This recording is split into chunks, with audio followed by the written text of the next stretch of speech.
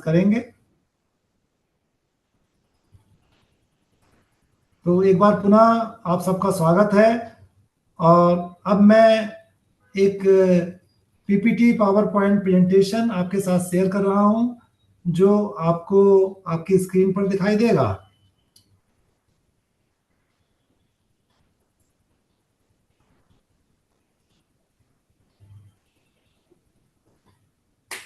अनुराग,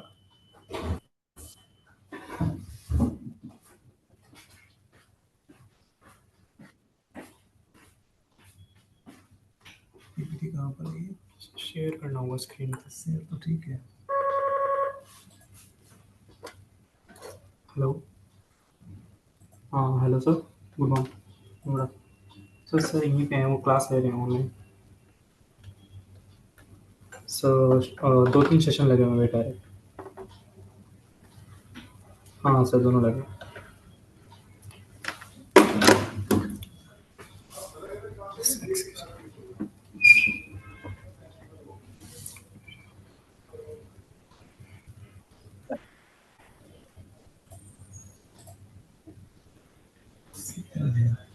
PPT तो खुली हुई है।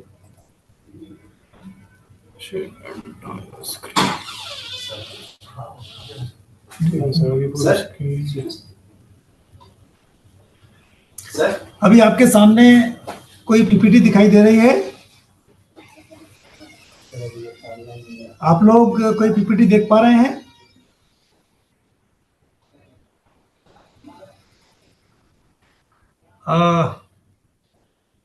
जी सर। क्या आप लोगों के सामने कोई पीपीटी कोई दिखाई दे रही है? बिल्कुल सर, दिख रही है सर इनको। ठीक है, वेरी गुड। तो ये जो पहले पीपीटी मैं चला रहा हूं, पहले हम इस पर चर्चा करेंगे और उसके पश्चात आप लोगों के साथ आपकी अगर कोई भी जिज्ञासा है, कोई भी आपका सवाल है, उस सवाल को हम आपके जवाब देंगे। तो सबसे पहले आज की डेट में केंद्रीय सरकार के जो कर्मचारी हैं उनके ऊपर जो रूल लागू होते हैं पेंशन के बारे में, उनका नाम है सेंट्रल सिविल सर्विस पेंशन नियम 2021। इससे पहले इन नियमों को सेंट्रल सिविल सर्विस पेंशन नियम 1972 कहा जाता था, जिसमें समय समय पर बहुत सारे परिवर्तन किए गए। और वर्तमान में अभी जो नियम लागू है केंद्र सरकार के कर्मचारियों को पेंशन देने के विषय में, वो सेंट्रल सिविल सर्विस पेंशन नियम 2021 कहलाता है। ये नियम किन किन लोगों पर लागू होता है, ये एक बार हम पहले देख लेते हैं।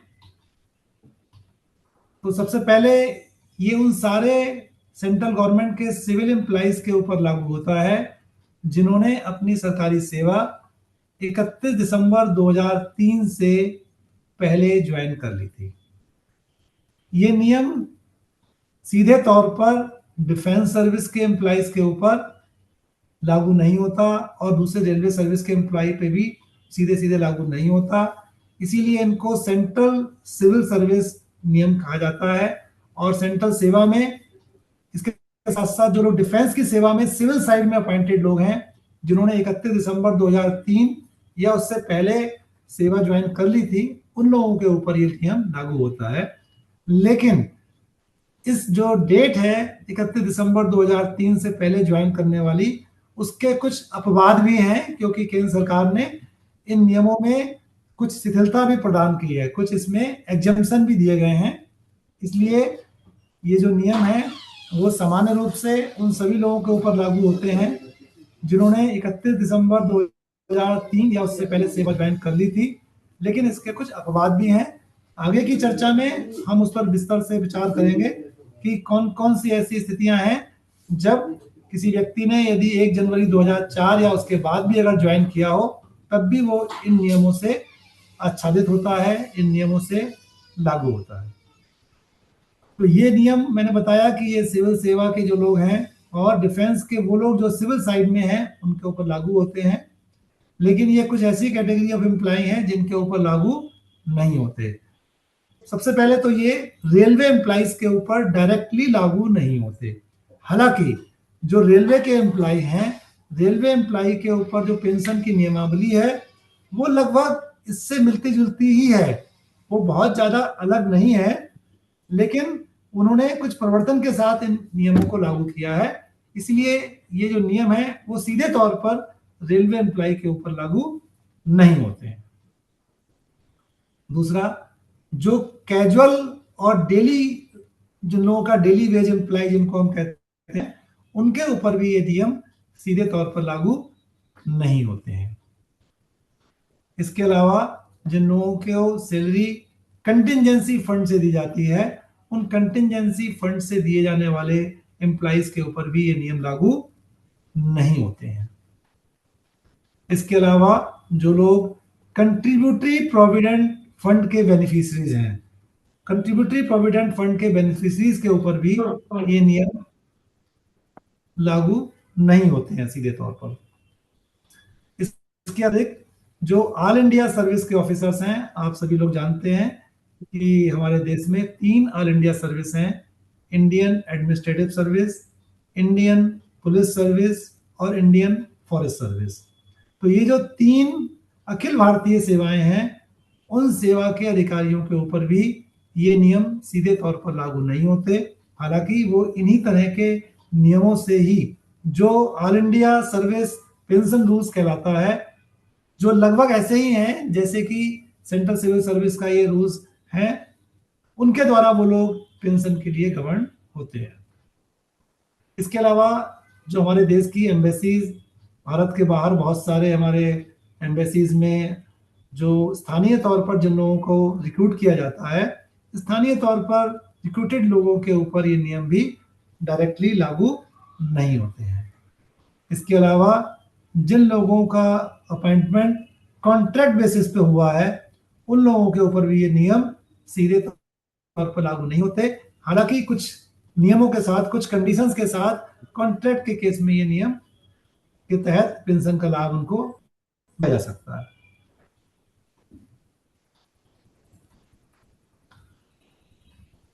तो चलिए देखते हैं कि जो हमारे ये नियम है, 1 मिनट जरा रुकिएगा, 1 मिनट।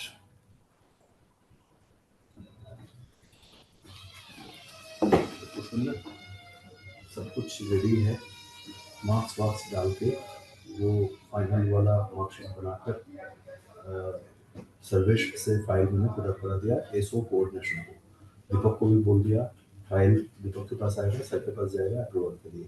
ठीक है, थोड़ा सा परसों कर देना, ठीक है। 84th लेवल ई आपका, ठीक है। Thank you sir. जी माफ कीजिए, हमारे कोई अधिकारी आ गए। तो अब हम ये देखते हैं कि ये जो नियम है central civil service pension rules 2021, इसके तहत कौन कौन से लाभ कर्मचारियों को मिलते हैं, कर्मचारियों और अधिकारियों को मिलते हैं। तो इसके अंतर्गत सबसे पहला जो लाभ है वो है पेंशन का, और पेंशन के उपरांत जो दूसरा लाभ इन नियमों से जो गवर्न होता है वो है सर्विस ग्रेच्युटी का। उसके बाद तीसरा जो लाभ है वो है रिटायरमेंट ग्रेच्युटी का। तो सर्विस ग्रेच्युटी और रिटायरमेंट ग्रेच्युटी में थोड़ा सा अंतर होता है। वो क्या अंतर होता है, आगे की स्लाइड्स में हम इस बात पर चर्चा करेंगे। इसके बाद तीसरा जो लाभ इस नियम के तहत होता है वो है डेथ ग्रेच्युटी का। तो आप ये देख रहे हैं कि यहाँ पर 3 तरह की ग्रेच्युटी की हम चर्चा कर रहे हैं। एक है सर्विस ग्रेच्युटी, दूसरी है रिटायरमेंट ग्रेच्युटी और तीसरी है डेथ ग्रेच्युटी। तो इन तीनों तरह की ग्रेच्युटी का लाभ भी सीसीएस पेंशन रूल्स 2021 के तहत दिया जाता है। ये 3 अलग अलग तरह की ग्रेच्युटी क्या होती हैं, उनके तहत क्या लाभ हमें मिलता है, इसके बारे में हम आगे की जो स्लाइड्स हैं उसमें चर्चा करेंगे।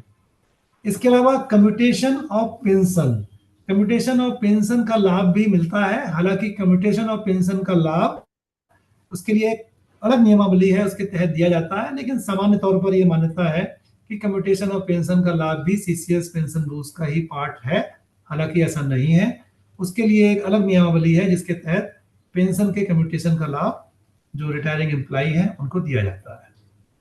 इसके अतिरिक्त जो फैमिली पेंशन है, यानी कि पारिवारिक पेंशन का लाभ भी सीसीएस पेंशन रूल्स 2021 के तहत दिया जाता है।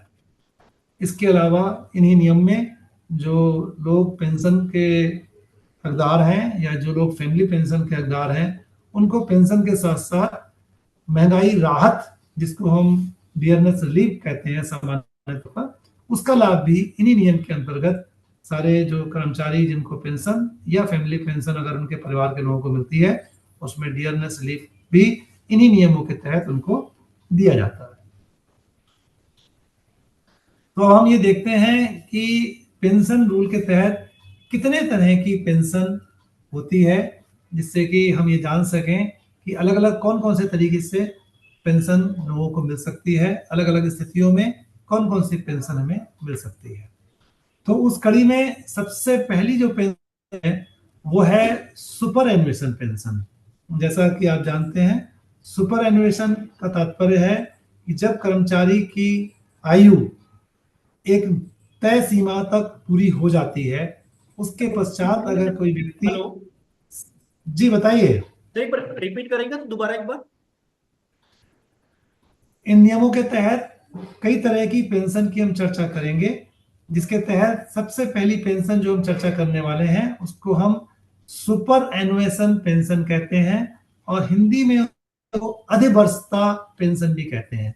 अधिवर्षता या सुपर एनुएशन का तात्पर्य है कि यदि किसी कर्मचारी की आयु जो एक नियत सीमा से अधिक हो जाती है या नियत सीमा को प्राप्त कर लेती है, तब उनको पेंशन दी जाती है, और वर्तमान समय में वो नियत सीमा है 60 वर्ष।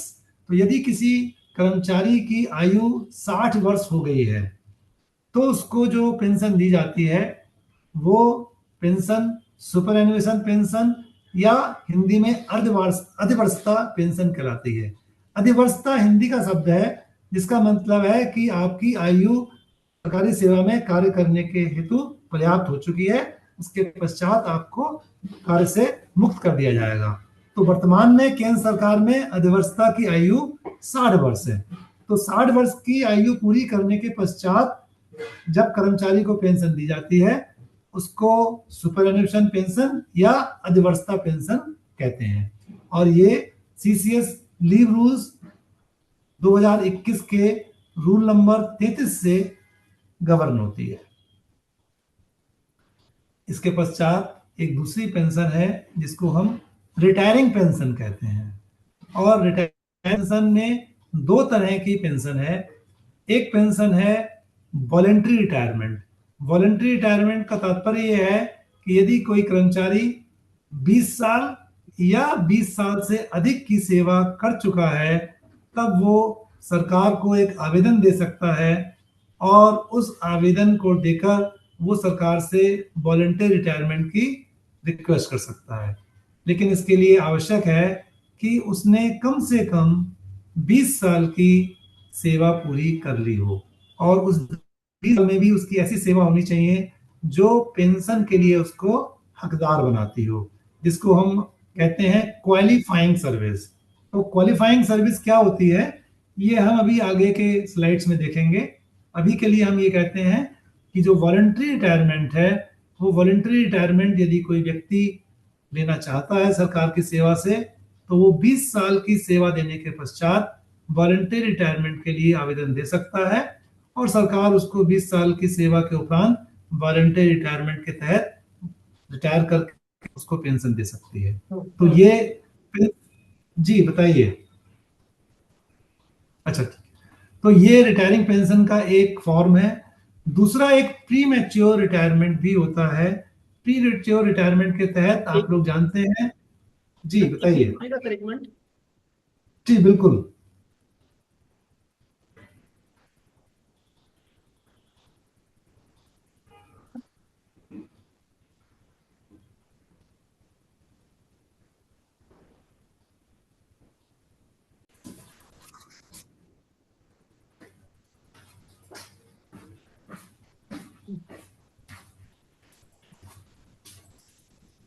अभी आपको पीपीटी दिख रही है? हाँ सर, अब दिख रही है सर। चलिए, वेरी गुड। अभी मेरी आवाज आ रही है आपके पास? सर आपकी आवाज क्लियर है सर। चलिए, और पीपीटी भी दिख रही है? हाँ सर क्लियर है। चलिए, वेरी गुड। तो मैं अभी इस थोड़ी देर पहले ये कह रहा था कि बहुत तरह की पेंशन होती हैं। उनमें से सबसे पहली तरह की पेंशन है सुपर एनुएशन पेंशन, जिसको हम अधिवर्षता पेंशन भी कहते हैं। और अधिवर्षता पेंशन वो पेंशन होती है जब कोई व्यक्ति 60 वर्ष की आयु तक कार्य करने के उपरांत सरकार की सेवा से सेवानिवृत्त हो जाता है, तब उसको जो पेंशन दी जाती है उसको हम सुपर एनुएशन पेंशन या अर्धवर्षता पेंशन भी कहते हैं। आप जानते हैं कि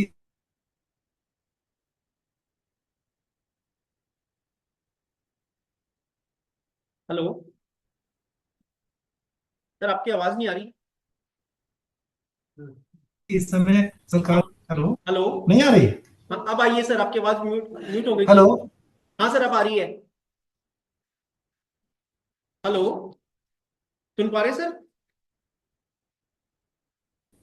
अच्छा अच्छा, चलिए ठीक है। तो आ हेलो। रही है, ठीक है, वेरी गुड। हाँ जी, जी सर, हाँ, बोलिए। मेरे पास तो आपकी आवाज आ रही है। आप लोग सुन पा रहे हैं सर मेरी बोलिए, बात? कंटिन्यू। आवाज आ रही है? बिल्कुल सर। चलिए ठीक है। तो मैं आप लोगों से ये कह रहा था कि हमारे इस कार्यक्रम में आप देखेंगे कि बहुत तरह की पेंशन होती है, जिसमें से एक पेंशन है सबसे पहली सुपर एनुएशन पेंशन। सुपर एनुएशन पेंशन या जिसको हम हिंदी में अधिवर्षता पेंशन भी कहते हैं, वो किसी कर्मचारी को तब मिलती है जब वो व्यक्ति 60 साल की अपनी आयु पूरी करने के बाद सरकारी सेवा से सेवानिवृत्त होता है, तब उसको ये सुपर एनुएशन पेंशन दी जाती है। दूसरी पेंशन है रिटायरिंग पेंशन। रिटायरिंग पेंशन में दो तरह की पेंशन होती है। पहली है वॉलेंटरी रिटायरमेंट। वॉलेंटरी रिटायरमेंट का तात्पर्य यह है कि यदि किसी कर्मचारी ने कम से कम 20 साल की सरकारी सेवा पूरी कर ली हो, तब वो व्यक्ति सरकार से एक स्वैच्छिक सेवानिवृत्ति के लिए आवेदन कर सकता है, और सरकार उसको उस स्थिति में उसके आवेदन के आधार पर स्वैच्छिक सेवानिवृत्ति यानी कि वॉलंटरी रिटायरमेंट दे सकती है। वॉलंटरी रिटायरमेंट के अप्लाई करने की सबसे प्रथम आवश्यकता यह है कि व्यक्ति ने कम से कम 20 साल की सेवा पूरी कर ली हो। इसके अतिरिक्त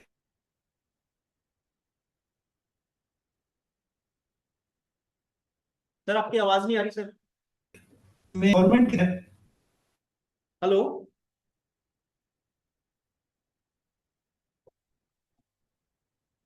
हेलो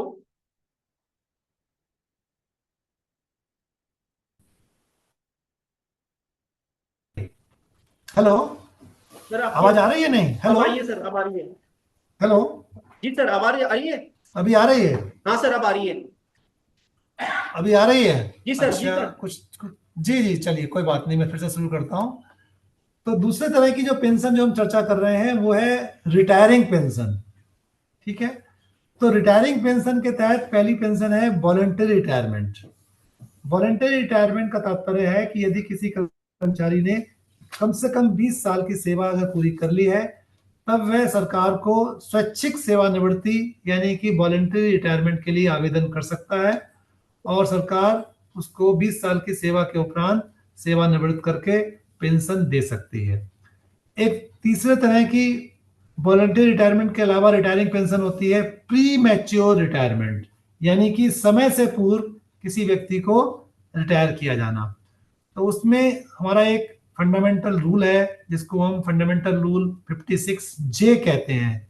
फंडामेंटल रूल 56J, जिसके तहत किसी व्यक्ति को रिटायर किया जा सकता है अगर वो इफिशिएंटली काम नहीं कर पा रहा है, अगर वो सरकारी कर्मचारी पूरी दक्षता के साथ कार्य नहीं कर रहा है, तब उसको फंडामेंटल रूल 56J के तहत भी सेवानिवृत्त किया जा सकता है, और इसके तहत वो व्यक्ति को सरकार सेवानिवृत्त करके पेंशन दे सकती है। एक तीसरे तरह की पेंशन होती है एब्जॉर्प्शन पेंशन। एब्जॉर्प्शन पेंशन के तहत यदि कोई केंद्रीय सरकार का कर्मचारी राज्य सरकार की सेवा में चला जाता है और वहां पर जाकर वो सेवा में वहां की सम्मिलित हो जाता है, यानी कि एब्जॉर्ब हो जाता है, या फिर अगर वो व्यक्ति किसी ऑटोनोमस बॉडी में चला जाता है। आप लोग जानते हैं कि केंद्र सरकार की और राज्य सरकारों की, इसके अतिरिक्त जो संघ शासित क्षेत्र हैं उनकी भी ऑटोनोमस बॉडीज होती हैं। तो यदि कोई व्यक्ति किसी ऑटोनोमस बॉडी में चला जाता है तब भी वो एब्जॉर्प्शन पेंशन ले सकता है, वो वहां जाके वहां पर एब्जॉर्ब हो जाता है।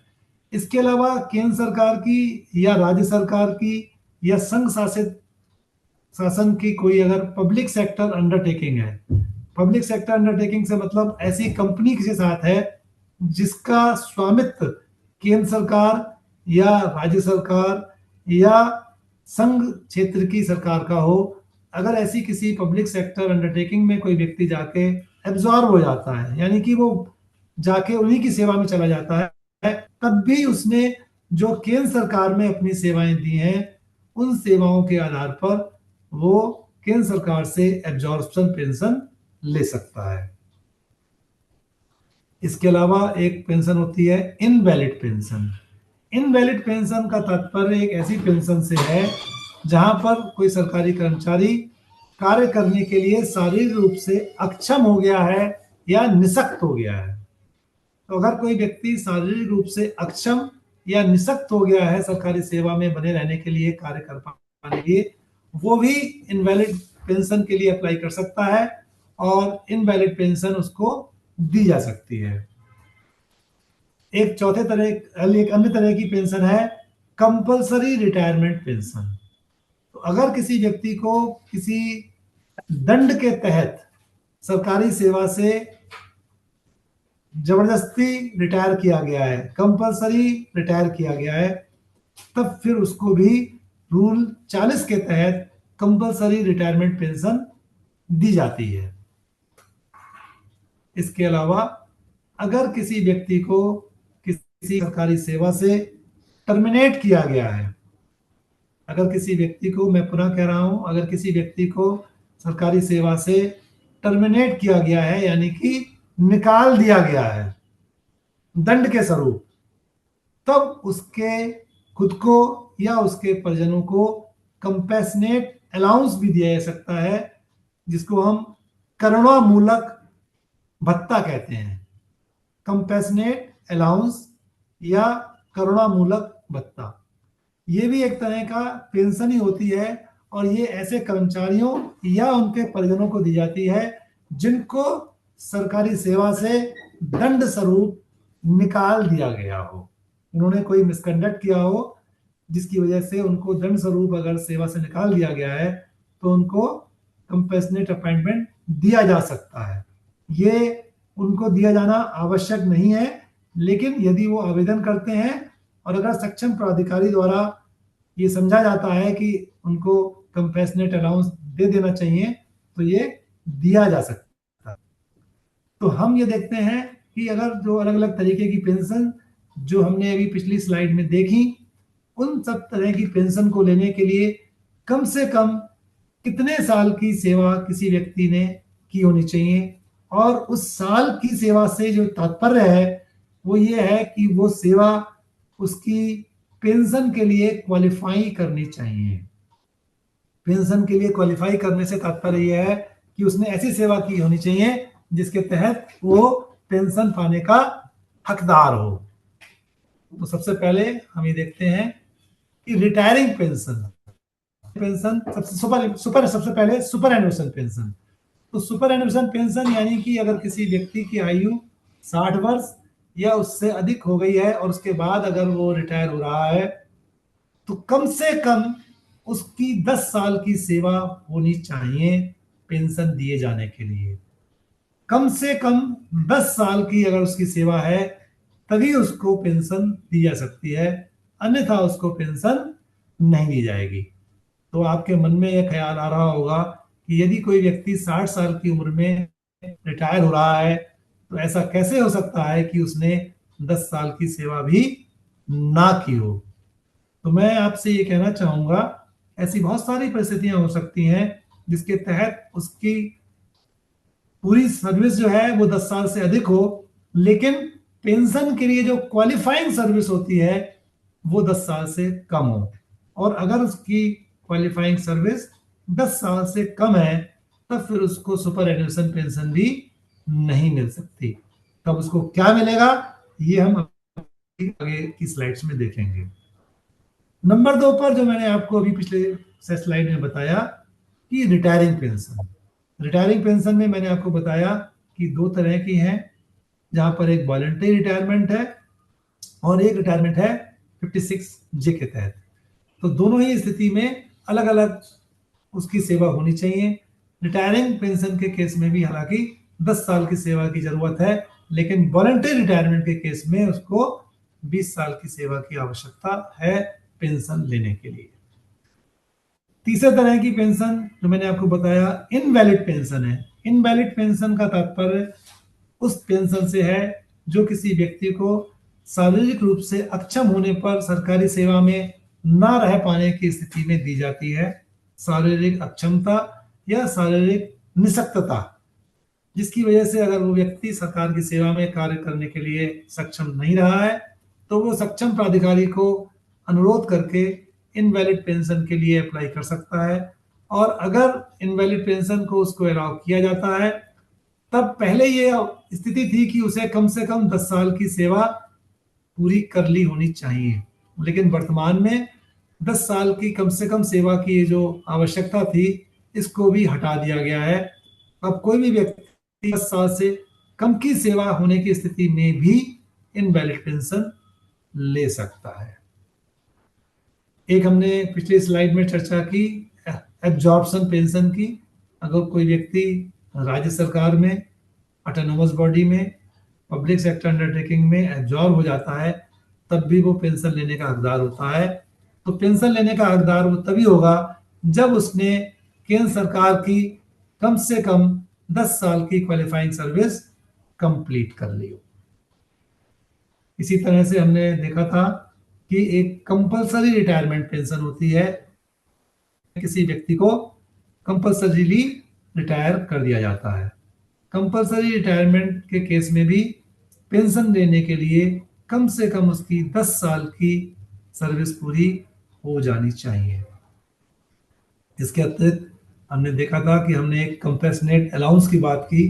कंपैशनेट अलाउंस ऐसे कर्मचारियों को दिया जाता है जिनको सरकार की सेवा से हटा दिया गया है, जिनको डिसमिसल कर दिया गया है, जिनको रिमूव कर दिया गया है सरकारी सेवा से, उनको कंपैशनेट अलाउंस दिया जा सकता है। लेकिन कंपैशनेट अलाउंस दिए जाने के लिए भी उनकी सेवा कम से कम 10 साल की पूरी हो जानी चाहिए। इसके अतिरिक्त हमने देखा था कि एक वॉलंटरी रिटायरमेंट भी होता है। तो वॉलंटरी रिटायरमेंट के केस में भी कम से कम 20 साल की सेवा उसकी होनी चाहिए। तो आपने देखा कि जो अलग अलग तरह की पेंशन्स हैं, उन अलग अलग तरह की पेंशन के लिए मिनिमम क्वालिफाइंग सर्विस की अलग अलग आवश्यकता है। मुख्य तौर पर वॉलंटरी रिटायरमेंट जिसमें 20 साल की आवश्यकता है, और जिस इनवैलिड पेंशन जिसमें 10 साल से की भी आवश्यकता नहीं है, उनके अतिरिक्त सभी तरह की पेंशन लेने के लिए कम से कम उस व्यक्ति ने 10 साल की क्वालिफाइंग सर्विस सरकारी सेवा में पूरी कर ली हो। 10 साल से कम होने पर वो पेंशन लेने का हकदार नहीं है, केवल इनवैलिड पेंशन को छोड़कर। और यदि वो व्यक्ति वॉलंटरी रिटायरमेंट ले रहा है तब उसकी कम से कम 20 साल की सेवा पूरी हो जानी चाहिए। अब हम देखते हैं कि पेंशन और फैमिली पेंशन के तहत कितनी पेंशन किसी व्यक्ति को अदा की जाती है। जैसा कि आप जानते हैं, 7th पे कमीशन 1 जनवरी 2016 से केंद्र सरकार के सारे कर्मचारियों के ऊपर लागू हो चुका है। तो 1 जनवरी 2016 के बाद किसी भी व्यक्ति के लिए कम से कम जो पेंशन हो सकती है वो है 9,000 रुपए। कम से कम पेंशन 1 जनवरी 2016 के बाद 9,000 रुपए है, और अधिक से अधिक पेंशन 1 जनवरी 2016 के बाद 1,25,000 रुपए है। तो तात्पर्य ये है कि आप जानते हैं कि अब हमारे यहाँ जो पे का सिस्टम है उसमें पे मैट्रिक्स को हम इस्तेमाल करते हैं सरकारी कर्मचारी को सैलरी देने के मामले में। तो हमारा जो पे लेवल 1 है उसमें मिनिमम सैलरी किसी व्यक्ति की 18,000 रुपए है। तो यहाँ पर 18,000 रुपए का आधा यानी कि 9,000 रुपए मिनिमम पेंशन है। किसी भी व्यक्ति की 9,000 रुपए से कम पेंशन नहीं हो सकती। इसी तरह से किसी व्यक्ति को 1,25,000 रुपए से अधिक की पेंशन नहीं हो सकती, क्योंकि आप जानते हैं कि अधिकतम जो पे स्केल है वो हमारे सरकार के कैबिनेट सेक्रेटरी का होता है, यानी कि 2,50,000 रुपए। तो 2,50,000 रुपए का 50%, यानी कि अधिकतम पेंशन अगर किसी व्यक्ति को मिल सकती है वो है 1,25,000 रुपए।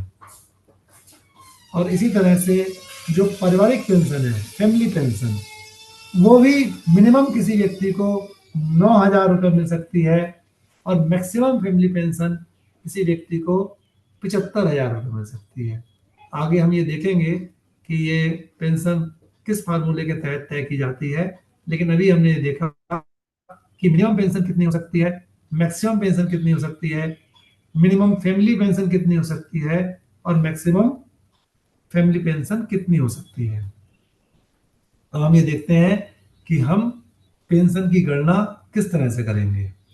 तो हम पेंशन की गणना करते समय ये देखेंगे कि उस व्यक्ति का लास्ट पे कितनी थी, या उस व्यक्ति की अपने रिटायरमेंट के समय पिछले 10 महीने में लास्ट पे का एवरेज क्या था। तो जो भी उसकी लास्ट पे थी या पिछले 10 महीने का जो एवरेज था, उनमें से जो भी ज्यादा हो उसका 50% उस व्यक्ति को पेंशन के रूप में दिया जाता है। मैं पुनः एक बार कहना चाहूंगा, कोई भी व्यक्ति जो रिटायर हो रहा है, हमने अभी देखा कि कितने तरह के रिटायरमेंट होते हैं। किसी भी तरह की परिस्थिति में कोई व्यक्ति अगर रिटायर हो रहा है तो उसकी रिटायरमेंट के समय पर जो पेंशन है या उसकी रिटायरमेंट की डेट के पिछले 10 महीने के दौरान जो उसकी पे रही है, उनका जो एवरेज है, उन दोनों में से जो भी अधिक हो उसका 50% उसको पेंशन के रूप में दिया जा सकता है। उदाहरण के तौर पर यदि कोई 1,60,000 रुपए की पेंशन सैलरी ले रहा था अपने रिटायरमेंट के टाइम पर और उस समय 50% डीए चल रहा था, अभी के समय में 53% डीए लेना चल रहा है, लेकिन मैंने कैलकुलेशन की सुविधा के दृष्टिकोण से जो अभी हमारा डीए 1 जुलाई 2024 से 50% चल रहा था उसको ही यहाँ पर लिया है। तो अगर कोई व्यक्ति 1,60,000 रुपए अपनी लास्ट पे ड्रॉन थी उस व्यक्ति की, और अगर उस समय 50% दिए था, तो उसकी जो पेंशन होगी वो 1,60,000 रुपए का 50%, यानी कि 80,000 रुपए, और 80,000 रुपए का ऊपर 50% डियरनेस रिलीफ, यानी कि 40,000 रुपए उसको मिलेंगे। 80,000 रुपए बेसिक पेंशन के रूप में और 40,000 रुपए डियरनेस रिलीफ के रूप में। अभी मैंने आपको पहले शुरू में बताया था कि तरह तरह की ग्रेच्युटी होती है। ये सबसे पहली जो ग्रेच्युटी है वो है सर्विस ग्रेच्युटी। तो भी मैंने अभी पिछले स्लाइड में आपको बताया कि अगर किसी व्यक्ति को सुपर एनुएशन पेंशन लेनी है तब, या कोई भी दूसरी पेंशन लेनी हो तब, उसको कम से कम 10 साल की सेवा पूरी हो जानी चाहिए। उसकी 10 साल की क्वालिफाइंग सर्विस पूरी हो जानी चाहिए। लेकिन अगर किसी व्यक्ति ने 10 साल से कम की सेवा की है और अगर वो सुपर एनुएट हो रहा है, तब फिर उसको पेंशन ना देकर पेंशन के स्थान पर सर्विस ग्रेच्युटी दी जाती है। पेंशन ना देकर पेंशन के स्थान पर सर्विस ग्रेच्युटी दी जाती है। और ये तभी दी जाती है यदि कोई व्यक्ति रिटायर होते समय कम से कम 10 साल की सेवा से भी कम समय तक उसने सेवाएं अपनी दी हैं जो पेंशन के लिए क्वालिफाई करती हों। तो अगर किसी व्यक्ति की 10 साल से कम की सेवा रही है और वो अगर रिटायर हो रहा है, तब उसको पेंशन के स्थान पर सर्विस ग्रेच्युटी दी जाती है। और सर्विस ग्रेच्युटी जो होती है उसको हर 6 महीने की जो उसकी सेवा है उसके तहत उसको वर्कआउट होता है। तो हम अभी देखेंगे कि उसको वर्कआउट कैसे करते हैं। तो अभी हम देखते हैं कि इमोल्यूमेंट्स, क्योंकि जो उसको सर्विस ग्रेचुइटी वर्कआउट होनी है वो उसके इमोल्यूमेंट्स के ऊपर वर्कआउट होनी है। तो अब इमोल्यूमेंट्स का मतलब क्या होता है? इमोल्यूमेंट्स का मतलब होता है किसी सर व्यक्ति की। हेलो सर, जी स्लाइड की बताइए। सेम स्लाइड चल रही है सर आपकी। नहीं, स्लाइड चेंज हो गई है। सर यहाँ चेंज नहीं हुई सर, स्लाइड चेंज नहीं हुई है। यहाँ वो कंपनसेट वही चल अच्छा, रहा है, पेंशन वाली दिख रही है। कौन सी दिख रही है बताइए। आपका जो ये दिख रही है। डिफरेंट टाइप ऑफ पेंशन है ना, हाँ हाँ। वही दिख रही है। अरे, तो मैं दोबारा से शुरू करता हूँ, ठीक है। हाँ मैं तो कंटिन्यू कर मैं रहा था, दोबारा, दिक्कत नहीं। कोई बात नहीं, मैं करता हूँ। हाँ सर, अभी आया था सर एक बार। अभी मैं दोबारा से शुरू करता हूँ, कोई बात नहीं है।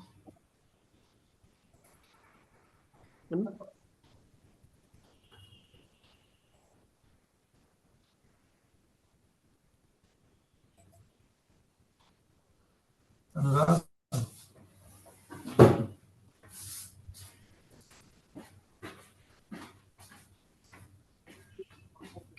विंडोज पे ये विंडोज पे अभी देखिए आपके पास स्क्रीन दिखाई दे रही है यस सर। क्या? लेकिन पीपीटी आपको दिखाई? पेंशन। Classes of pension.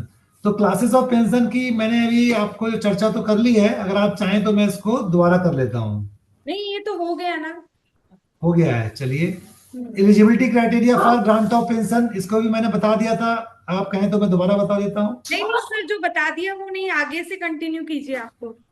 चलिए ठीक है, तो मैं अब आपको बता रहा था कि अमाउंट ऑफ पेंशन कितनी होती है, मिनिमम अमाउंट ऑफ पेंशन क्या है, मैक्सिमम अमाउंट ऑफ पेंशन क्या है, फैमिली पेंशन की मिनिमम एंड मैक्सिमम अमाउंट क्या है। यहां तक हो गया है? आप लोगों ने सुन लिया है? ये हम आगे चले और? जी सर, मैक्सिमम चलिए तो पेंशन। ठीक है। तो सर्विस ग्रेच्युटी क्या होती है ये मैंने अभी एक्सप्लेन किया, मैं दोबारा इसको एक्सप्लेन करता हूं। यदि किसी कर्मचारी ने 10 साल से भी कम की सेवा दी है, जिसको हम पेंशन के लिए क्वालिफाइंग सर्विस कहते हैं, तो उसको पेंशन के स्थान पर सर्विस ग्रेच्युटी दी जाती है। मैं फिर से रिपीट कर रहा हूं, अगर किसी व्यक्ति ने सरकार में 10 वर्ष से भी कम की सेवा दी है, तब उसको पेंशन के स्थान पर सर्विस ग्रेच्युटी दी जाती है। और सर्विस ग्रेच्युटी की गणना छमाही पीरियड के हिसाब से दी जाती है। और छमाही पीरियड में उसका कितना एमोल्यूमेंट्स रहा है वो उसके हिसाब से वर्कआउट करते हैं। तो छमाही पीरियड क्या होता है और एमोल्यूमेंट्स क्या होता है, इसको हम देख लेते हैं। तो अगर किसी व्यक्ति की पेंशन कितनी मिलनी चाहिए, इसके लिए एवरेज पेंशन, एवरेज एमोल्यूमेंट्स हम वर्कआउट करते हैं। और एवरेज एमोल्यूमेंट्स का मतलब है कि पिछले 10 महीनों में उसने जो पे ली है उसको 10 से अगर हम भाग दें तो उसको हम एवरेज एमोल्यूमेंट्स कहते हैं। अगर कोई व्यक्ति डॉक्टर के पद से जिनको नॉन प्रैक्टिसिंग अलाउंस भी मिलता है, उस पद से अगर रिटायर हुआ है, तो इसके एमोल्यूमेंट्स में एनपीए को भी जोड़ लिया जाता है। तो पेंशन के लिए इसमें जो गणना की जाती है उसमें एमोल्यूमेंट्स में लास्ट पेंशन प्लस एनपीए होता है। जो ग्रेच्युटी होती है, ग्रेच्युटी के लिए जो लास्ट जो एमोल्यूमेंट्स वर्कआउट किए जाते हैं उसमें लास्ट पे, अगर कोई डॉक्टर है तो उसके केस में नॉन प्रैक्टिसिंग अलाउंस, और जो उसको डीएनएस अलाउंस मिलता है उसको भी एमोल्यूमेंट्स के रूप में जोड़ लिया जाता है। फैमिली पेंशन के लिए किसी व्यक्ति को जो भी लास्ट पे मिल रही थी वो, और उसके ऊपर जो अगर वो डॉक्टर रहा है तो नॉन प्रैक्टिसिंग अलाउंस जो मिलता है उसको जोड़कर एमोल्यूमेंट्स वर्कआउट किए जाते हैं। मैंने अभी पिछली स्लाइड में कहा कि 6 मंथली पीरियड, तो 6 मंथली पीरियड क्या होते हैं ये इसको देख लेते हैं। तो जो हमारी क्वालिफाइंग सर्विस होती है, जिसको हम पेंशन के लिए क्वालिफाइंग मानते हैं, उसमें अगर किसी व्यक्ति ने 3 महीने से कम की कोई सेवा पूरी की है, मान लीजिए कि किसी व्यक्ति ने अपनी नौकरी प्रारंभ की 1 नवंबर 2000 में, तो नवंबर से लेकर दिसंबर तक का जो पीरियड है वो 2 महीने है, इसलिए उसकी वो कोई भी छमाही नहीं हुई। लेकिन अगर 3 महीने या 3 महीने से अधिक का जो पीरियड है उसको एक 6 मंथली पीरियड कहा जाता है। तो क्वालिफाइंग सर्विस जो वर्कआउट की जाती है वो कितने 6 मंथली पीरियड किसी व्यक्ति ने सेवा की है इसके बेसिस पर ब्रेकआउट की जाती है। और अगर किसी साल में कुछ समय कम रह गया है तो कम से कम 3 महीने या उससे अधिक के पीरियड को एक 6 मंथली पीरियड, उसके बाद 3 महीने से अधिक लेकिन 9 महीने से कम के पीरियड को एक 6 मंथली पीरियड, और 9 महीने से अधिक के और 1 साल तक के पीरियड को 2 6 मंथली पीरियड के रूप में गिना जाता है। तो जो उसके पूरे साल हैं उस पूरे साल की गणना अलग से होती है, और जो साल से कम का समय है उसमें कितने 6 मंथली पीरियड हैं, एक है या 2 है या एक भी नहीं है, इसकी गणना इस पर निर्भर करती है कि उसने 3 महीने या उससे अधिक की सेवा की है जो बचा हुआ पीरियड है, या 3 महीने से अधिक और 9 महीने से कम की है, या 9 महीने से अधिक की सेवा की है। उसके बेसिस पर 6 मंथली पीरियड को वर्कआउट किया जाता है। 6 मंथली पीरियड को वर्कआउट करने का पर्पज क्या है ये हम आगे की स्लाइड में देखते हैं। तो उदाहरण के तौर पर अगर किसी व्यक्ति ने 40 साल की सेवा की है तो इसका मतलब है कि उसने 80 6 मंथली पीरियड की सेवा पूरी कर ली है। यदि किसी व्यक्ति ने 20 साल 6 महीने 9 दिन की सेवा की है तो इसका तात्पर्य हुआ कि उसने 40 + 1 यानी कि 41 6 मंथली पीरियड कंप्लीट कर लिए हैं।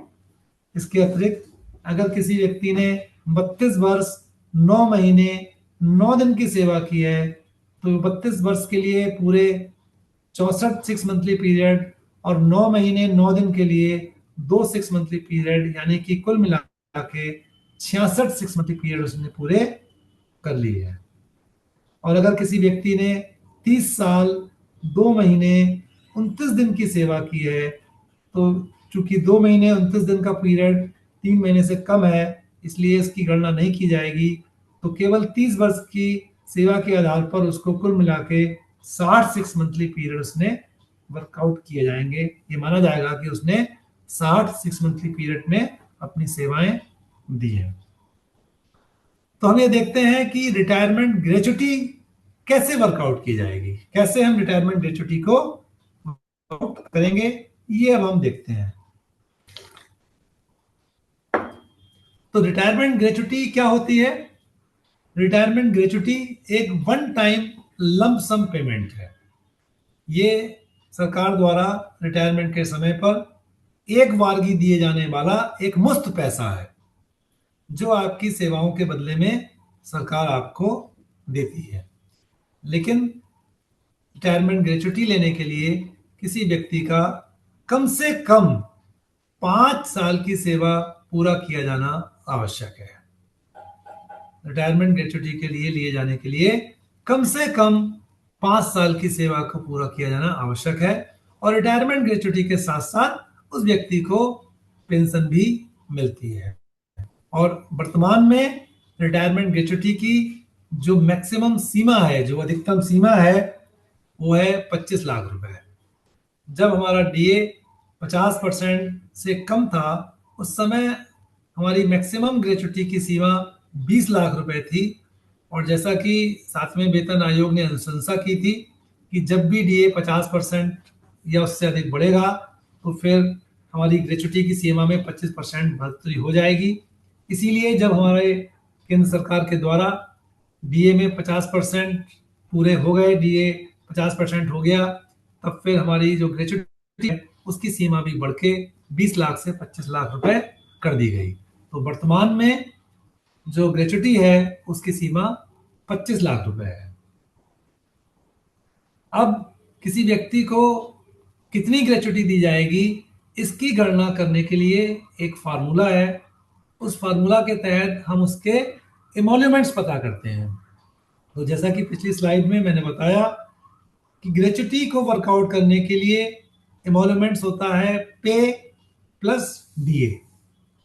तो एक व्यक्ति को जितनी भी पे उसके रिटायरमेंट के टाइम पर थी और जितना भी उसको डीए मिल रहा था, उन दोनों को जोड़कर उनका चौथाई कर देंगे, और जो चौथाई भाग आएगा उसमें उसने जितने भी 6 मंथली पीरियड की सेवा दी होगी उससे उनको गुणा कर लेंगे, और इस तरह से उसको दी जाने वाली ग्रेच्युटी की राशि का हम गणना करेंगे। मैं पुनः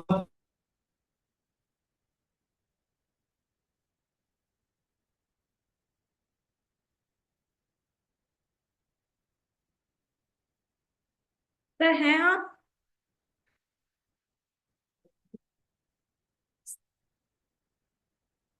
सर आप सुनाई नहीं दे रहे।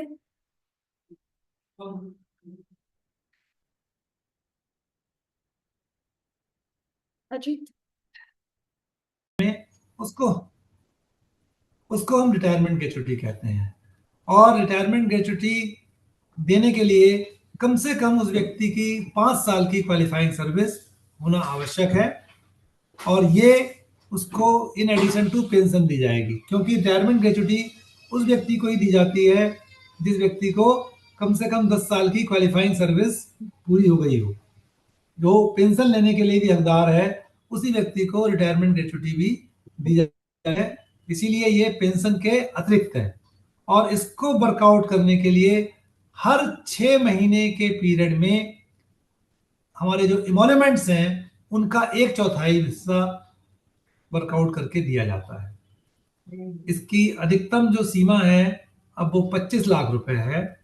जैसा कि आप लोग जानते हैं कि 7th पे कमीशन लागू हुआ था, उस समय रिटायरमेंट ग्रेच्युटी की अधिकतम सीमा 20 लाख रुपए थी, और 7th पे कमीशन ने ये अनुशंसा की थी कि जब भी डीए 50% से अधिक हो जाएगा तब फिर रिटायरमेंट ग्रेच्युटी 25% बढ़ जाएगी। इसी के तहत जब पिछले साल जुलाई में डीए 50% से ऊपर बढ़ा, तब फिर रिटायरमेंट ग्रेच्युटी की जो मैक्सिमम लिमिट थी वो 20 लाख से बढ़कर 25 लाख कर दी गई। रिटायरमेंट ग्रेच्युटी को कैसे वर्कआउट करेंगे, इसका एक फार्मूला है जिसके तहत जो किसी सरकारी कर्मचारी को इमोल्यूमेंट्स मिलते हैं, तो रिटायरमेंट ग्रेच्युटी के लिए इमोल्यूमेंट्स का तात्पर्य है उस व्यक्ति की लास्ट पे और उस पर जो डीए मिल रहा है वो। तो उसको फार्मूले के तहत जो पे प्लस डीए मिल रहा है उसको 1/4 कर देंगे, और 1/4 करने के बाद उसने जितनी भी 6 मंथली पीरियड कंप्लीट किए हैं उनसे गुणा कर देंगे, और इस तरह से जो धनराशि बनेगी वो धनराशि उसको रिटायरमेंट ग्रेच्युटी के रूप में दी जाएगी। यहाँ मैंने एक उदाहरण के माध्यम से आपको बताया है। यदि किसी व्यक्ति को 1,20,000 रुपए पे मिल रही थी और डीए जब 50% था, और यदि उस व्यक्ति ने 25 साल की क्वालिफाइंग सर्विस पूरी करने के बाद रिटायर हो रहा है, तब उसको रिटायरमेंट ग्रेच्युटी की अमाउंट वर्कआउट करने के लिए हम 1,20,000 के साथ 50% डीए यानी कि 60,000 रुपये और जोड़ेंगे और उनका 1/4 कर देंगे, यानी कि 45,000 रुपया हो जाएगा। और उसको 25 साल की जो क्वालिफाइंग सर्विस है उसमें 25 6 मंथली पीरियड बनेंगे, सॉरी 25 साल पर 50 6 मंथली पीरियड बनेंगे। तो हम 45,000 को 50 से गुणा करेंगे तो कुल राशि आएगी 22,50,000 रुपए। तो इस तरह से उस व्यक्ति को 22,50,000 रुपए रिटायरमेंट ग्रेच्युटी के रूप में दिए जाएंगे। ठीक है, अब आगे हम देखते हैं एक तीसरे तरह की ग्रेच्युटी होती है जिसको हम कहते हैं डेथ ग्रेच्युटी। कौन सी तो सर? डेथ ग्रेच्युटी, जी बताइए। जी जी सर। जो तीसरे तरह की ग्रेच्युटी है वो है डेथ ग्रेच्युटी। और डेथ ग्रेच्युटी एक व्यक्ति को तब दी जाती है यदि किसी कर्मचारी की सेवा काल के दौरान मृत्यु हो जाती है। तो यदि किसी व्यक्ति की सेवा काल के दौरान मृत्यु होती है तब उसको डेथ ग्रेच्युटी दी जाती है। और इसमें यदि उसकी मृत्यु के समय उसने 1 साल से भी कम समय की सेवा दे रखी हो तब उसको जो उसका एमोल्यूमेंट्स थे, एमोल्यूमेंट्स यानी कि उसकी जो पे प्लस डीए था उसका 2 गुना डेथ ग्रेच्युटी के रूप में दिया जाता है। यदि उस व्यक्ति की मृत्यु 1 साल से और 5 साल से कम की सेवा देने के उपरांत हुई है तब उसको डेथ ग्रेच्युटी के रूप में जो उसके एमोल्यूमेंट्स थे उसका 6 गुना धनराशि दी जाती है। यदि उस व्यक्ति की मृत्यु 5 साल से अधिक लेकिन 11 साल से कम की सेवा के दौरान हुई है तब उस व्यक्ति का जो भी इमोल्यूमेंट्स था उसके 12 गुना धनराशि डेथ ग्रेच्युटी के रूप में उसके परिवारजनों को, जो भी उसके परिवार के सदस्य हैं, उनको दी जाती है।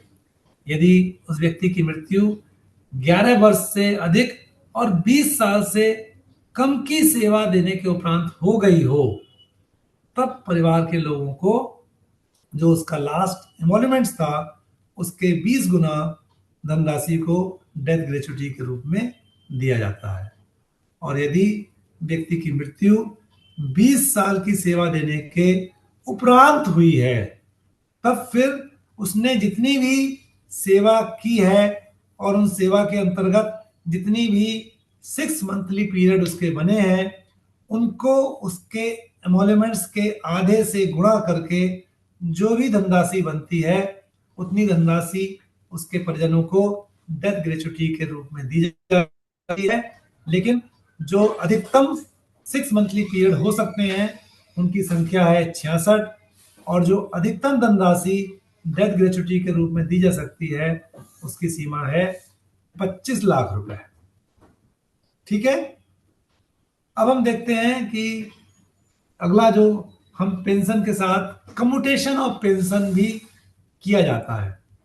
कम्यूटेशन ऑफ पेंशन का तात्पर्य यह है कि अगर कोई व्यक्ति अपने पेंशन जो उसको पेंशन हर महीने दी है उसके कुछ भाग को राशिकरण करा ले। राशिकरण का तात्पर्य है कि वो अपने पेंशन के कुछ भाग को गवर्नमेंट को सरेंडर कर दे और उसके बदले में वो एक लंप सम अमाउंट सरकार से ले ले, तो इसको हम कम्यूटेशन ऑफ पेंशन कहते हैं।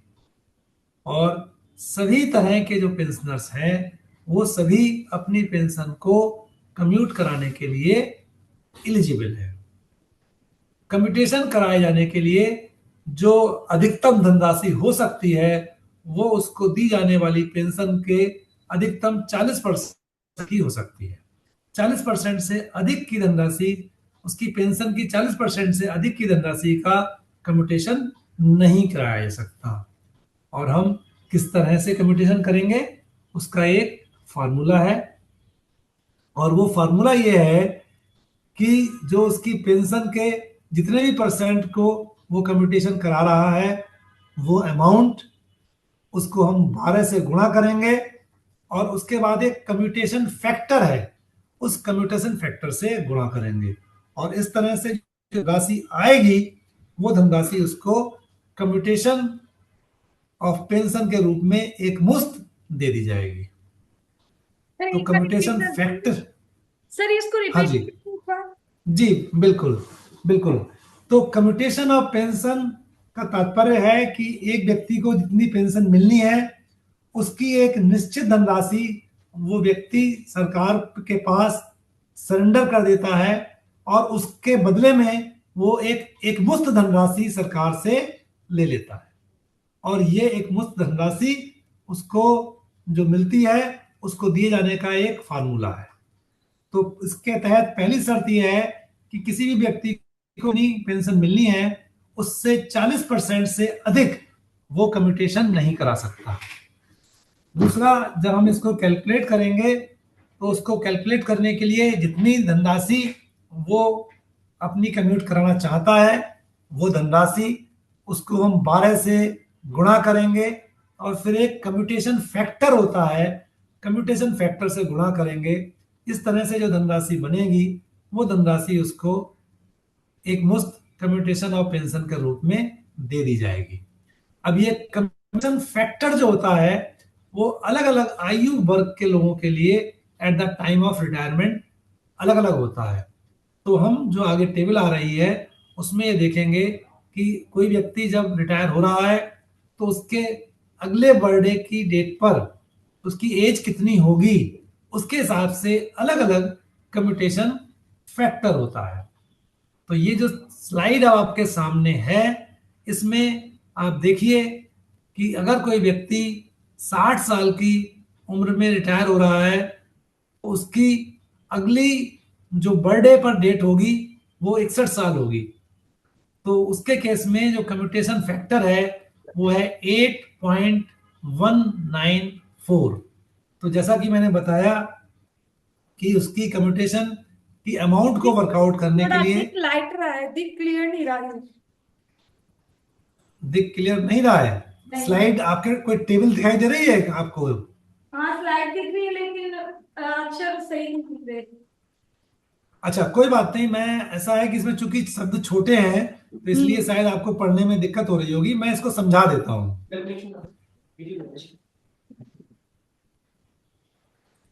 देखिए मोटे तौर पर आप ये समझिए कि अगर कोई व्यक्ति 60 साल की आयु में रिटायर हो रहा है तो मोटे तौर पर उसको अपनी जितनी धनराशि वो कम्यूटेशन के रूप में करना चाहता है लगभग उसका 100 गुने के आसपास धनराशि उसको कम्यूटेशन के रूप में मिल जाती है।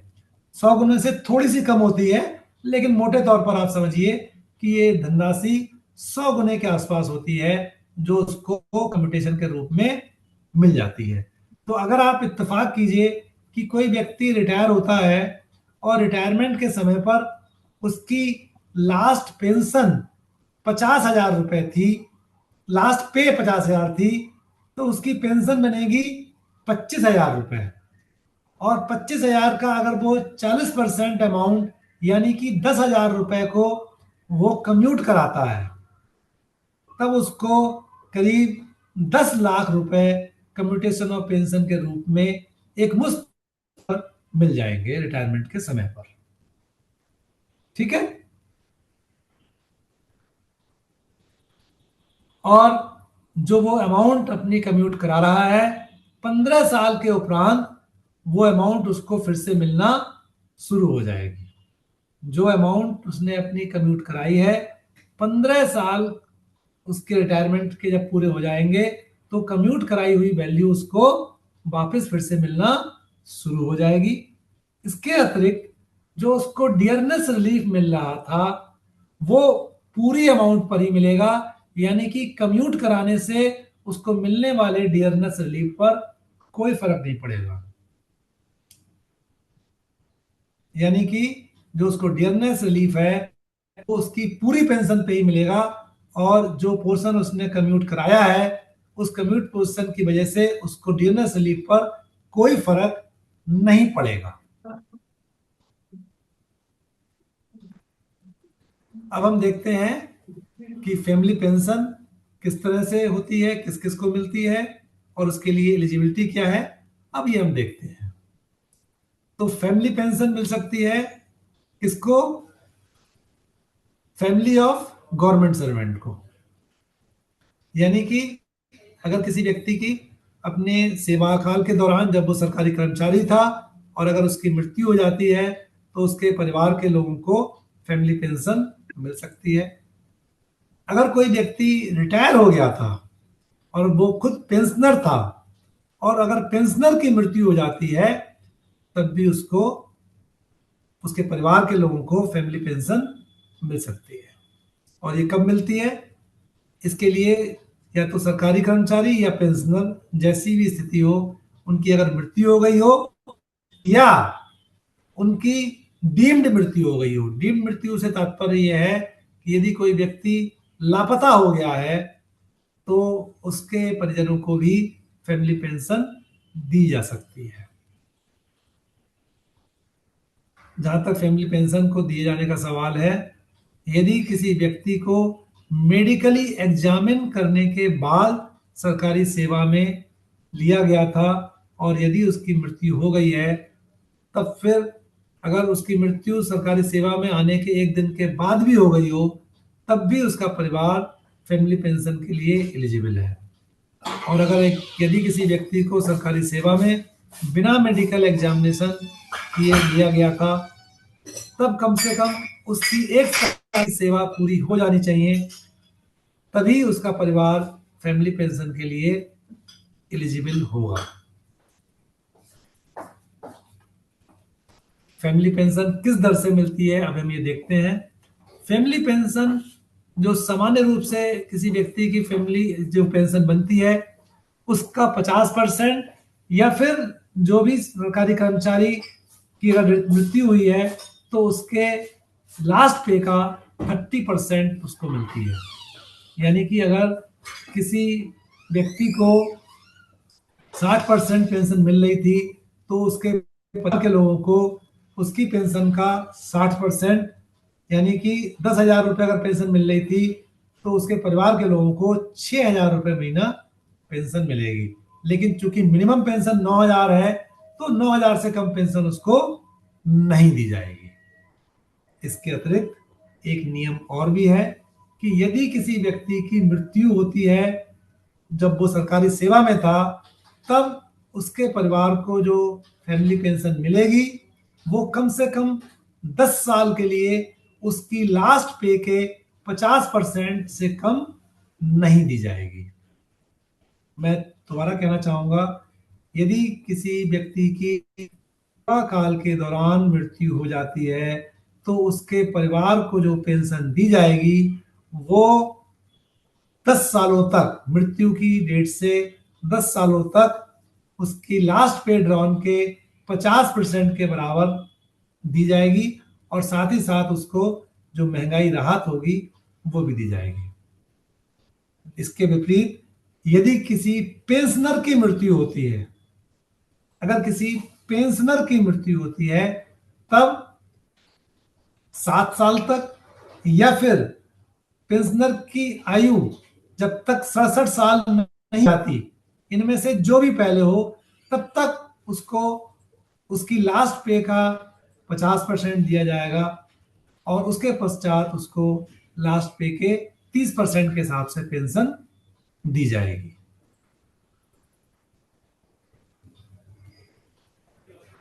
फैमिली पेंशन लेने के लिए परिवार के जो अलग अलग सदस्य हैं वो अलग अलग तरीके से एलिजिबल होते हैं। तो हम देखते हैं कि परिवार के जो सदस्य हैं कौन कौन लोग फैमिली पेंशन लेने के लिए हकदार होते हैं, और परिवार के जो सदस्य हैं उनकी हकदारी का अपना एक ऑर्डर ऑफ एलिजिबिलिटी है। ऑर्डर का मतलब ये है कि यदि जो लोग प्रथम श्रेणी के हैं उनको पहले मिलेगी, अगर वो नहीं है तो फिर दूसरे श्रेणी के, अगर वो नहीं है तो तीसरे श्रेणी के, अगर वो भी नहीं है तो चौथे श्रेणी के हैं। तो यानी कि अगर किसी फैमिली पेंशन लेने के हकदार लोगों के अलग अलग लोग एलिजिबल हैं तो उनको in the order of eligibility ही पेंशन दी जाएगी। तो किसी सरकारी कर्मचारी या पेंशनर की मृत्यु होने पर उसकी जो विडो या विडोअर है, सबसे पहले वो पेंशन के लिए हकदार होंगे। अगर विडो या विडोअर नहीं है तो फिर जो उसकी संतान है, जो उनके बच्चे हैं, जिनमें गोद लिए हुए बच्चे और सौतेले बच्चे भी शामिल हैं, और ऐसे बच्चे भी शामिल हैं जो किसी व्यक्ति की रिटायरमेंट के पश्चात पैदा हुए हों, वो बच्चे भी फैमिली पेंशन लेने के लिए हकदार हैं। तीसरे नंबर पर सरकारी कर्मचारी के जो आश्रित माता पिता हैं, वो जो आश्रित माता पिता हैं वो तीसरे नंबर पर पारिवारिक पेंशन लेने के लिए हकदार हैं। और चौथे नंबर पर जो सरकारी कर्मचारी या पेंशनर, उसके जो भाई बहन हैं, और अगर वो भाई बहन किसी शारीरिक अक्षमता से जूझ रहे हो, अगर उनको कोई मेंटल या फिजिकल डिसेबिलिटी हो, तब वो भी फैमिली पेंशन लेने के लिए हकदार होते हैं। तो हम ये देखते हैं कि ये जो 4 कैटेगरीज हैं उनमें कौन कौन व्यक्ति कब कब हकदार हो सकता है और कब तक हकदार रह सकता है। तो अगर किसी व्यक्ति का बेटा या बेटी है तो वो बेटा या बेटी जब तक कमाने ना लगे, बेटे के केस में जब तक वो बेटा कमाने ना लगे या उसकी शादी ना हो जाए या जब तक वो 25 साल की उम्र का ना हो जाए तब तक वो पेंशन लेने के लिए हकदार है। और उसके बाद अगर वो कमाने लगता है या शादी हो जाती है या 25 साल की आयु हो जाती है, इनमें से जो भी पहले हो जाएगा उसके बेसिस पर वो फिर फैमिली पेंशन लेने के लिए हकदार नहीं रहेगा। लेकिन बेटी के केस में अगर बेटी अनमैरिड है या विडो है या डाइवोर्स्ड है, वो भी फैमिली पेंशन लेने के लिए हकदार है तब तक जब तक कि वो कमाने ना शुरू कर दे या फिर अगर उसकी शादी ना हो जाए, जो भी इसमें से पहले हो। अगर किसी व्यक्ति का बेटा या बेटी किसी फिजिकल या मेंटल डिसेबिलिटी से ग्रस्त है तब वो तब तक पेंशन लेने के लिए हकदार है जब तक वो कमाने ना ले जाए। यानी कि बेटा और बेटी की कैटेगरी में अलग अलग स्थितियों में अलग अलग पेंशन लेने की हकदारी की शर्तें हैं। अगर बेटा 25 साल से अधिक का हो गया या उसकी शादी हो गई या उसकी कमाई यानी कि उसकी आयु इनकर्निंग होने लगी है तब फिर वो पेंशन के लिए हकदार नहीं रहेगा। बेटी चाहे वो अनमैरिड हो, चाहे वो विडो हो, चाहे वो डाइवर्स्ड हो, अगर उसकी शादी हो गई हो या वो कमाना शुरू कर देती है तब वो फैमिली पेंशन लेने के लिए हकदार नहीं होगी। और अगर कोई बेटा हो या बेटी हो, अगर वो मेंटल या फिजिकल डिसेबिलिटी से ग्रस्त है तब वो जब तक कि वो कमाने ना लगे तब तक वो एलिजिबल है और उसके पश्चात वो एलिजिबिलिटी से हट जाएगी, वो फिर फैमिली पेंशन देने के लिए हकदार नहीं रहेगी। दूसरे नंबर पे हमने देखा कि जो डिपेंडेंट पेरेंट्स हैं, तो डिपेंडेंट पेरेंट्स तभी तक एलिजिबल रहेंगे जब तक कि वो उनके ऊपर आश्रित हैं, यानी कि उनकी अर्निंग नहीं हो रही है। तो जब अगर पेरेंट्स की अर्निंग होना शुरू हो जाएगी तब वो फैमिली पेंशन लेने के लिए हकदार नहीं रहेंगे। और जहां तक पेरेंट्स का सवाल है तो पहले जो फैमिली पेंशन दी जाएगी उसके लिए सरकारी कर्मचारी या पेंशनर जैसा भी स्थिति हो, उसकी जो मदर है वो फैमिली पेंशन के लिए हकदार होंगी और उसके पश्चात उसके पिता जो हैं वो फैमिली पेंशन के लिए हकदार होंगे। तीसरे नंबर पर अगर किसी व्यक्ति के जो भाई या बहन है जो किसी शारीरिक, मेंटल या फिजिकल डिसेबिलिटी से ग्रस्त हैं, अगर उनकी कोई अर्निंग नहीं है तब वो उसके बिहाफ पर फैमिली पेंशन ले सकते हैं। लेकिन जब उनकी अर्निंग स्टार्ट हो जाएगी तब फिर वो पेंशन लेने के लिए हकदार, फैमिली पेंशन लेने के लिए हकदार नहीं रहेंगे।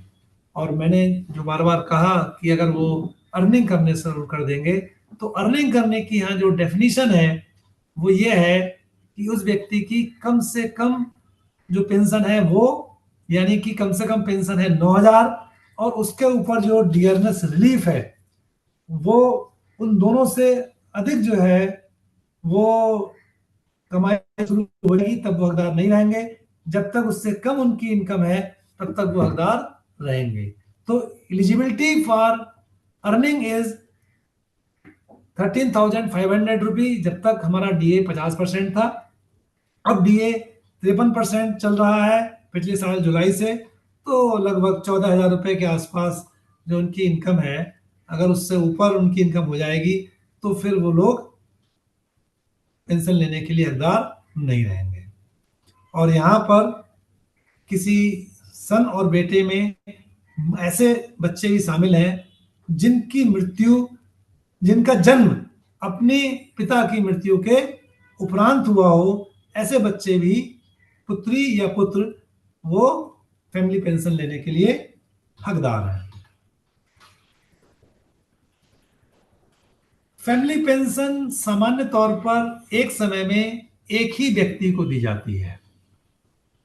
मैं फिर से रिपीट करना चाहूंगा फैमिली पेंशन सामान्य रूप से एक समय में एक ही व्यक्ति को दी जाती है, लेकिन इसके कुछ अपवाद भी हैं। अगर किसी के डिपेंडेंट जो बच्चे हैं, अगर वो ट्विंस हैं, तो दो लोगों को भी फैमिली पेंशन दी जा सकती है। दोनों ट्विंस को जो पेंशन बनती है वो आधा आधा करके बराबर बराबर दो ट्विंस को दी जा सकती है। इसके अलावा अगर किसी की दो पत्नियां रही हों, तो उनमें से एक पत्नी और दूसरी पत्नी से कोई बच्चा है, उनके बीच में भी आधी आधी पेंशन दो लोगों को दी जा सकती है। अगर किसी व्यक्ति की एक से अधिक विधवा हो, तब भी उन दो अलग अलग विधवाओं को जो पेंशन बनती है उसमें से आधा आधा करके दिया जा सकता है। अगर किसी व्यक्ति की शादी अमान्य घोषित कर दी गई हो, अगर किसी व्यक्ति की शादी अमान्य घोषित कर दी गई हो, तब उसके जो बच्चे हैं वो पेंशन लेने के लिए हकदार हैं, लेकिन जो मदर है वो पेंशन लेने के लिए हकदार नहीं होती है। अगर किसी व्यक्ति के पेरेंट्स, पति और पत्नी दोनों नौकरी कर रहे हों, और अगर उनमें से किसी एक की व्यक्ति की मृत्यु हो जाती है, तो दूसरा व्यक्ति फैमिली पेंशन भी ले सकता है और प्लस अपनी नौकरी के बेसिस पर वो पे ले सकता है। इसके अलावा वो जब खुद भी रिटायर हो जाएगा तो वो अपनी पत्नी या पति की पेंशन और अपनी पेंशन दोनों ले सकता है। इसके अतिरिक्त दोनों ही पेंशन पर उसको डियरनेस रिलीफ मिलता रहेगा। इसके अतिरिक्त अगर किसी के पेरेंट्स में दोनों सर्विस करते थे, तो बच्चों को अगर उनकी पेरेंट्स की मृत्यु हो गई है, तो फिर पिता और माता दोनों के आधार पर भी दो पेंशन दी जा सकती हैं, लेकिन दोनों के द्वारा जो मैक्सिमम पेंशन की जो अमाउंट होगी वो 1,25,000 और फैमिली पेंशन की अमाउंट 75,000 होगी, इससे अधिक नहीं होगी।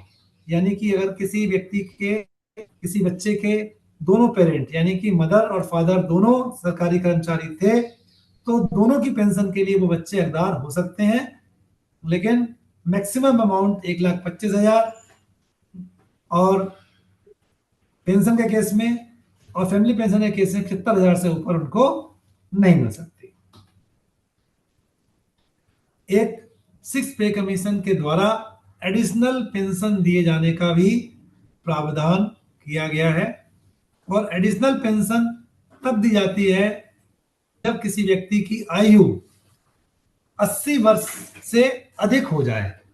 तो यदि किसी सरकारी कर्मचारी जो पेंशन ले रहा है उसकी आयु 80 वर्ष से अधिक जब हो जाती है, तब उसको 20% अतिरिक्त पेंशन मिलने का वो हकदार हो जाता है।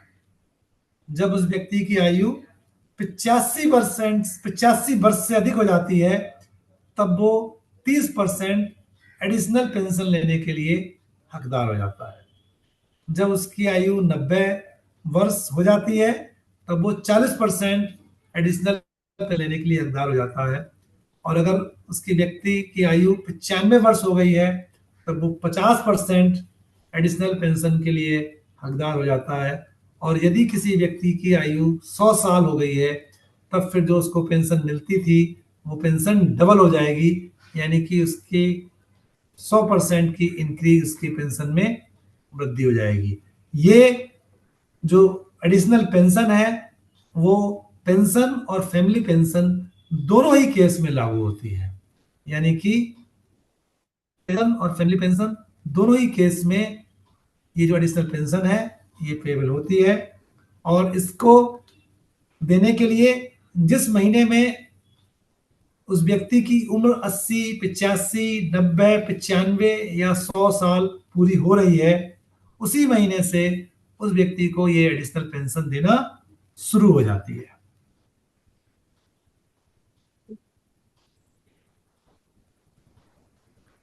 इसके अतिरिक्त जैसा कि हमने देखा था, कमेंट पूछ सकता हूँ सर आपको मैं? हाँ ओके ये सर। बिल्कुल।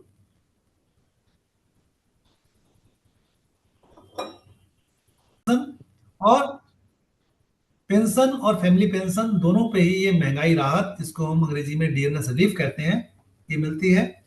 और इसको उसी रेट पर दिया जाता है जिस रेट पर डियरनेस अलाउंस, जो सरकारी कर्मचारी सेवा में होते हैं उनको डियरनेस अलाउंस मिलता है, उसी रेट पर जो पेंशनर हैं उनको डियरनेस रिलीफ दी जाती है।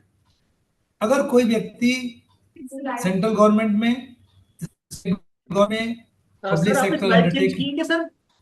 नहीं। ओके ठीक है। आपकी स्लाइड पे क्या दिख रहा है? डियरनेस रिलीफ ऑन पेंशन यही दिख रहा है? Family pension. नहीं तो फिर चेंज करनी पड़ेगी, क्योंकि आपको नहीं दिख रहा शायद इसका हाँ, मतलब। Family for family pension. एक मिनट, यहाँ ये वाली स्लाइड देखिए आप लोगों को। Sir family for family pension ही आ रही है अभी। अच्छा, तो इसका मतलब वहां चेंज नहीं हुई है। चलिए मैं आता हूँ, फिर से करता हूँ, है ना। हाँ बिल्कुल, एक बार सर।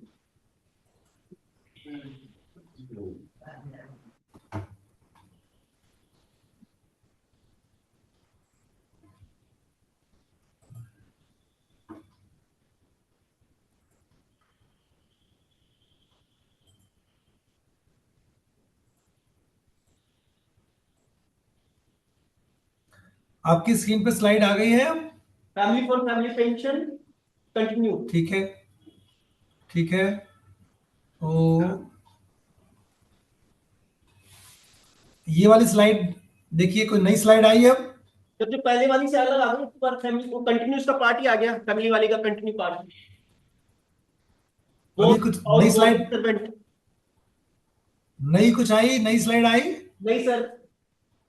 क्योंकि मेरे सामने जो स्लाइड है उसका हेडिंग है additional pension oblique family pension, ये आई है आपके पास? नहीं सर, ये नहीं है। नहीं है? नहीं। अच्छा, फिर से ट्राई करते हैं।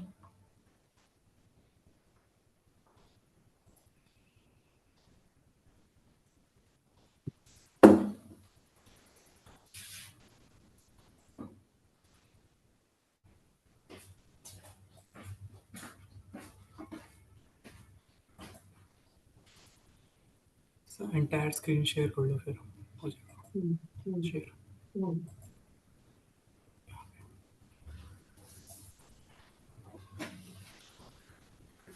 अभी आपके सामने कोई स्लाइड आई? हेलो? पहले वाली आ रही है, कंटिन्यू वाली आ रही है। पहली वाली आ रही है। अब सर आई अभी कोई, अभी कोई नई स्लाइड आई देखिए। Additional pension. हाँ ठीक है। तो पहली वाली स्लाइड तो मैंने एक्सप्लेन कर दी थी, उसको दोबारा एक्सप्लेन करने की जरूरत तो नहीं है? नहीं सर, नहीं। अच्छा ठीक है।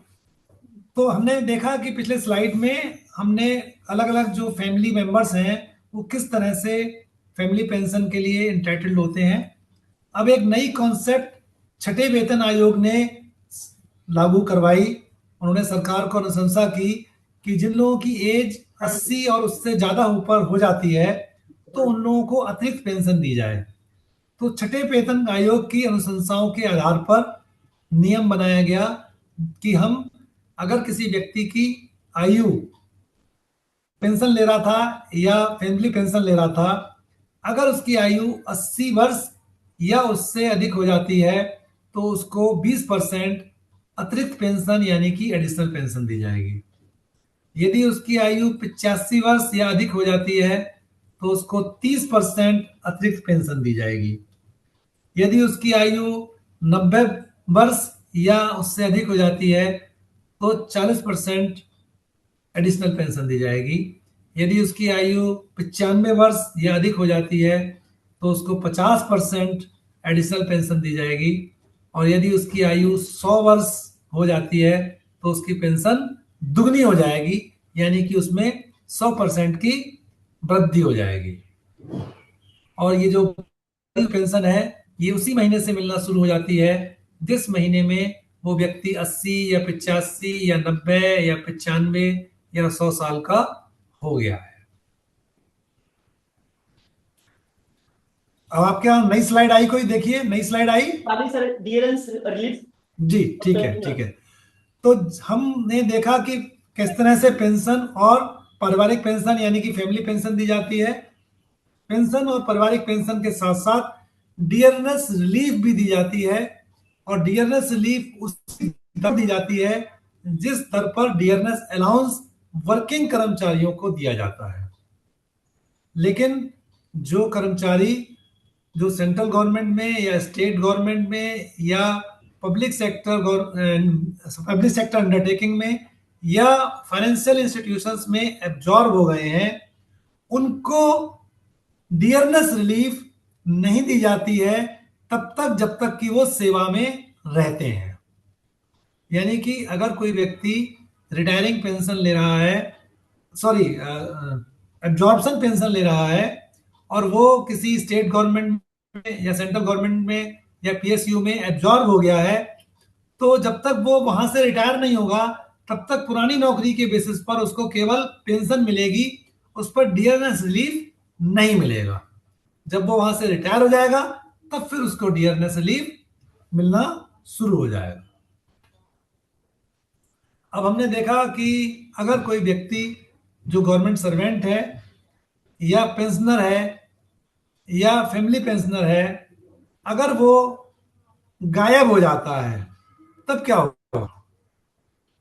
तो अगर कोई व्यक्ति जो सरकारी कर्मचारी था या पेंशनर था या फैमिली पेंशनर था, अगर वो गायब हो जाता है तो फैमिली के लोगों को पेंशन मिलना शुरू हो जाएगी।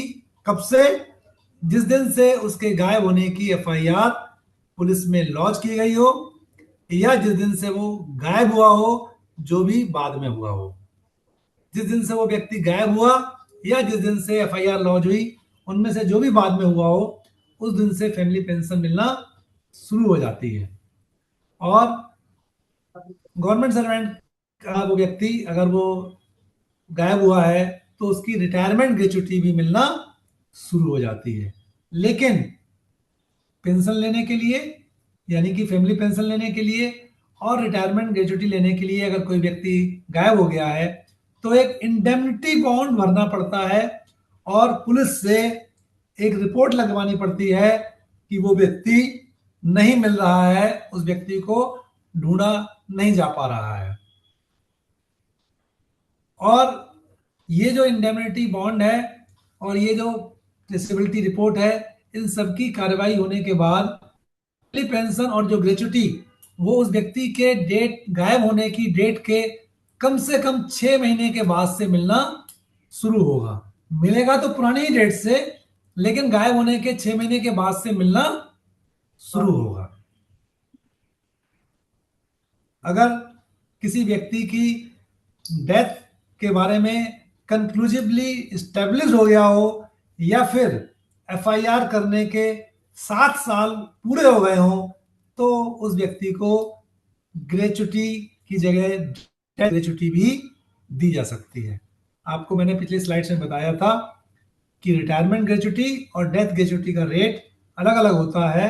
इसलिए अगर कोई व्यक्ति 7 साल से अधिक समय से गायब है और अगर ये प्रूव हो गया है कि वो मर चुका है या फिर 7 साल से अधिक समय का हो चुका है, तब उसके केस में डेथ ग्रेच्युटी भी दी जा सकती है। तो इस तरह से जो पेंशन नियम है, पेंशन नियम के ऊपर जो मेरा प्रेजेंटेशन था वो वर्तमान में समाप्त हो गया है। अब हम इसमें अलग से आप लोगों से चर्चा करेंगे कि अगर आपके कोई सवाल है तो उन सवालों को हम डिस्कस करेंगे और उन सवालों पर मैं आपके जवाब दूंगा। सर वो कुछ क्वेश्चन करना चाह रहे हैं सर। हाँ बिल्कुल बिल्कुल।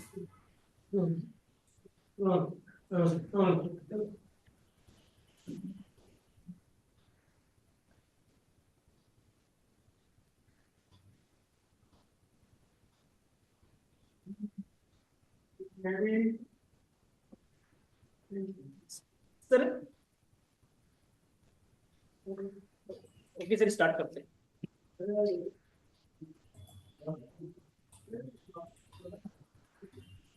सर जैसे कोई व्यक्ति काम कर रहा है, ठीक है, जी कोई व्यक्ति काम कर रहा है और एकदम से उसको कुछ पैरालाइज कुछ हो गया उसको अचानक से, जैसे आपने इनवैलिड का वो पेंशन का वो दिया था ना सर आपने एक, जी जी तो जैसे वो काम कर रहा व्यक्ति या कुछ भी उसको हो गया, जिसका हाथ टूट गया, कुछ भी हो गया, उसको पैर कट गया, जो भी है, तो उस केस में अगर वो चाहता है कि यानी कि उसको कुछ कुछ भी हुआ, उसका जो बच्चा है तो वो चाहते हैं कि नहीं, हम वो पेंशन नहीं चाहते, हम चाहते हैं कि जॉब करें, हम इनके साथ आएंगे, साथ लेके जाएंगे।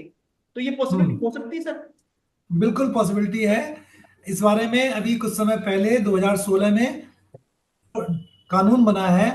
उस कानून के तहत सरकार उसको सेवानिवृत्ति के लिए बाध्य नहीं करेगी, और वो चाहता है तो वो अपने सामान्य कार्यकाल जो उसका 60 वर्ष तक की आयु का है वो तब तक कंटिन्यू कर सकता है, और वो अपने परिवार के साथ आके जो भी कार्य करने के लिए वो सक्षम है उस कार्य को करते हुए अपनी सेवानिवृत्ति की आयु तक वो सरकारी सेवा में रह सकता है। सर थैंक यू इसके लिए। सर एक दूसरा ये बता रहे थे कि जैसे ट्विंस वाला आपने जो एग्जांपल दिया था अभी, जी जैसे ट्विंस है किसी बच्चे, तो जैसे डेथ हो जाती है, जैसे जो ट्विंस का आपने बताया 50-50% उनको मिल जाएगा, लेकिन सर कई बार जी जब 3 बच्चे हो गए तो क्या करेंगे? ऐसा है, Confuse अगर होते हैं किसी ना के सर। एक साथ अगर 3 बच्चे पैदा हो गए हैं हाँ हाँ। तो फिर उनको बराबर बराबर 3 बार में बांटना पड़ेगा।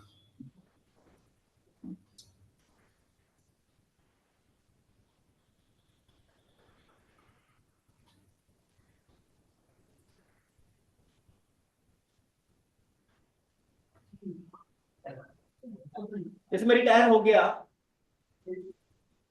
उसके बाद कुछ दिन बाद मेरी डेथ हो गई, और जो मेरा बच्चा है वो डेफ है, उसका जॉब भी नहीं है, तो उसको पेंशन मिल रही है। अगर उसको गवर्नमेंट जॉब मिलती है तो क्या उसको पेंशन मिलना जारी रहेगी, क्योंकि दिव्यांग डेफ है? देखिए, अगर किसी व्यक्ति की जो फिजिकली चैलेंज है, अगर डेफ है और वो अपने परिवार के ऊपर, अपने पिता या माता के ऊपर आश्रित था, तो जैसा कि मैंने बताया कि अगर उसकी इनकम स्टार्ट हो जाएगी और अगर वो कमाना शुरू कर देगा तो फिर वो फैमिली पेंशन के लिए एलिजिबल नहीं रहेगा। तो अब कमाना कितना शुरू कर दे, कमाना शुरू का मतलब है कि 9,000 प्लस डियरनेस रिलीफ, वो तो यानी कि लगभग 14,000 रुपए से ऊपर अगर वो कमाने लगेगा तो फिर वो फैमिली पेंशन के लिए एलिजिबल नहीं रहेगा। आप ये कह रहे हैं कि उसको सरकारी नौकरी मिल गई, तो सरकारी नौकरी में तो उसकी तनख्वाह 14,000 से निश्चित तौर पर ज्यादा होगी, इसलिए उसको अब अपने परिवार के आधार पर फैमिली पेंशन नहीं।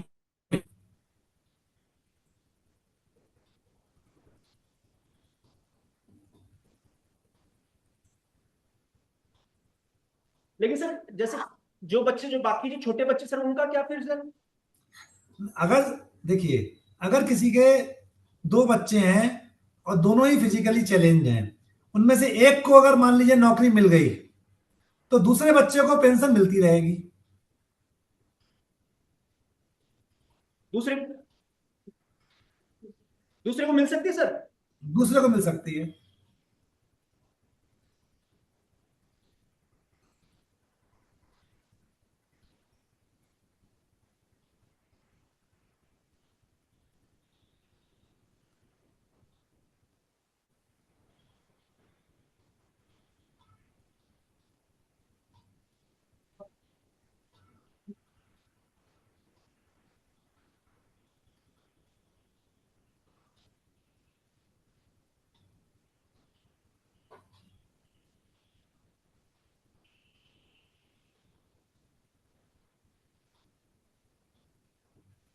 सर दूसरा कोई क्वेश्चन आप?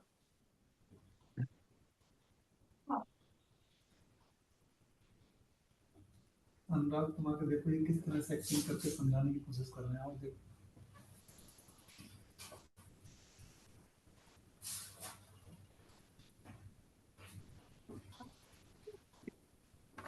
स्पोर्ट्स का सर पूछे, जैसे कोई बच्चा स्पोर्ट्स में है, जैसे कोई जो, जैसे मैं स्पोर्ट्स में हूँ, तो हमको कुछ एडिशनल कुछ मिलता है क्या सर पेंशन में से?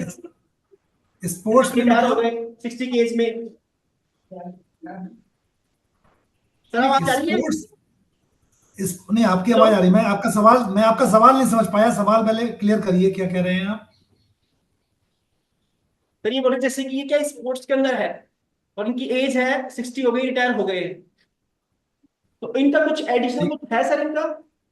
नहीं, स्पोर्ट्स के बेसिस पर कोई एडिशनल पेंशन नहीं होती है।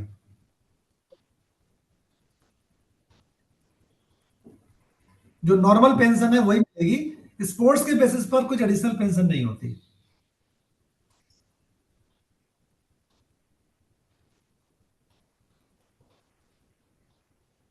जैसे कि जो कमीशन पे कमीशन जो 8 की बात अभी चल रही, जो भी 8th वाला जो भी आएगा जी 1 साल बाद 2026 में, तो जैसे हम जैसे जी अभी तैयार हो जाएंगे, तो मेरी जी। जैसे पेंशन सपोज 25,000 में, तो उसमें क्या मेरे को एडिशन मिलेगा सर उसमें? देखिए, 8th पे कमीशन जब आएगा तो जैसा कि पिछले सारे पे कमीशन ने किया है, उसी तरह से जो पुराने कर्मचारी होंगे जो 1 जनवरी 2026 से पहले रिटायर हो चुके होंगे, उनकी पेंशन रिवाइज होगी। 8th पे कमीशन जो भी फार्मूला देगा उस फार्मूले के तहत। Thank you sir. और कोई?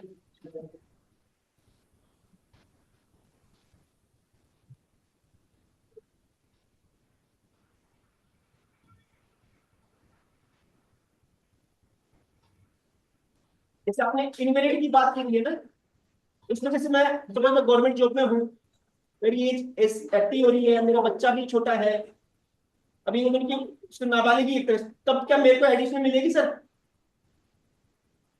इनवैलिड पेंशन अगर आप लेना चाहते हैं तो इनवैलिड पेंशन आप ले सकते हैं। अगर आप इनवैलिड पेंशन नहीं लेना चाहते हैं, आप नौकरी करना चाहते हैं, तो आप कर सकते हैं जब तक कि आपकी 60 साल की उम्र ना हो जाए। वो ये चाह रहे थे कि जैसे कि एज 80 हो गई, तो उसमें जो आपने एडिशन बताया था वो पॉसिबल है या नहीं है? 80 अगर जो हो गई है, एडिशनल पेंशन जो है वो सभी तरह की पेंशन के ऊपर लागू है, वो इनवैलिड पेंशन के ऊपर भी लागू है।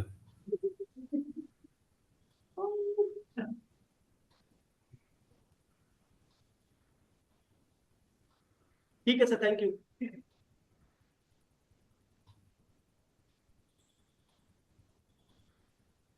जैसे कि हम देखते हैं कि जैसे पापा है घर पर, मम्मी है, तो जैसे मम्मी गवर्नमेंट जॉब में, मम्मी गवर्नमेंट जॉब, पापा कोई गवर्नमेंट जॉब में है, और डेथ हो गई, मम्मी की डेथ हो गई, पापा की डेथ हो गई, अब उनकी दोनों की पेंशन मुझे मिलेगी या मुझे एक की मिलेगी?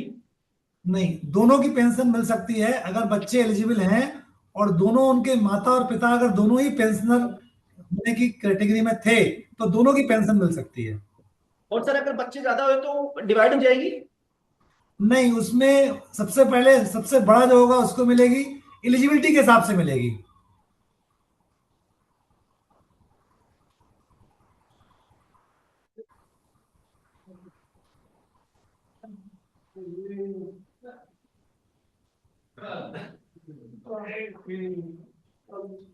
और सर कब तक मिलेगी सर वो? देखिए, लड़के के केस में 25 साल की उम्र, या वो जब तक कमाने ना लगे, या जब तक उसकी शादी ना हो जाए, इन तीनों में से जो भी पहले होगा उसके बाद वो इनएलिजिबल हो जाएगा और अगला बच्चा एलिजिबल हो जाएगा।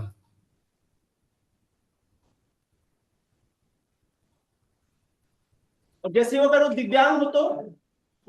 अगर कोई बच्चा दिव्यांग है तो तब तक मिलेगी जब तक वो कमाने ना लगे, और कमाने लगने का मतलब है कि minimum pension plus dearness relief.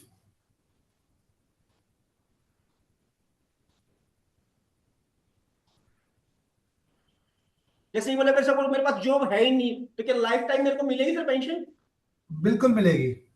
अगर कोई बच्चा, उसके माँ बाप अगर सरकारी कर्मचारी थे और अगर वो खुद दिव्यांग है और अगर वो जीवन भर भी कमाने के लायक नहीं होता है, तो वो जीवन भर पेंशन लेने के लिए हकदार होगा। ठीक है, थैंक यू सर।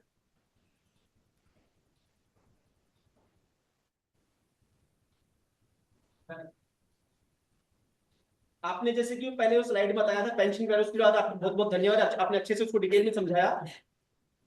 आज का ये आइडिया आपने बताया कि जैसे आप कुछ वर्ड थे जो हम उसको कर, वो अच्छे से उसको एक्सप्लेन करना चाहते हैं, यूट्यूब पे हमारा पूरा जाएगा, तो बार बार रिपीटेशन हमको और भी सीखना चाहते हैं उससे, तो क्या आप बताइए, थोड़ा सा कुछ बताएंगे सर इसके बारे में?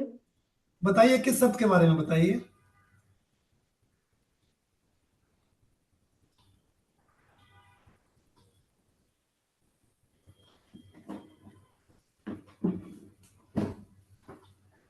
जैसे हम ये चाह रहे हैं कि जब भी दोबारा जब भी हमारी ये दोबारा प्रोग्राम करें ना, तो दोबारा हम ये चाहेंगे दोबारा इस चीज के ऊपर डिस्कस हो, आपको दोबारा इनवाइट करें हम, तो प्लीज आपसे रिक्वेस्ट है कि आप उसको एक्सेप्ट करना हमारे इनविटेशन को नेक्स्ट टाइम के लिए, क्योंकि अभी तो एकदम से पॉसिबल नहीं हो पाएगा दोबारा करना।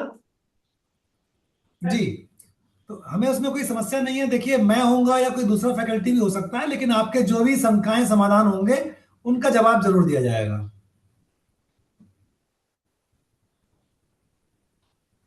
Thank you sir. एक चीज और बड़ा सा हम नोट करना चाह रहे थे, जैसे जो मेरी वाइफ है, अब जैसे मेरा घर है, जैसे कि मेरी डेथ हो गई,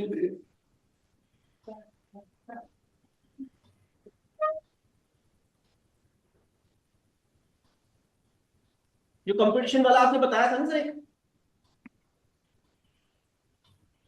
हेलो, जी बताइए।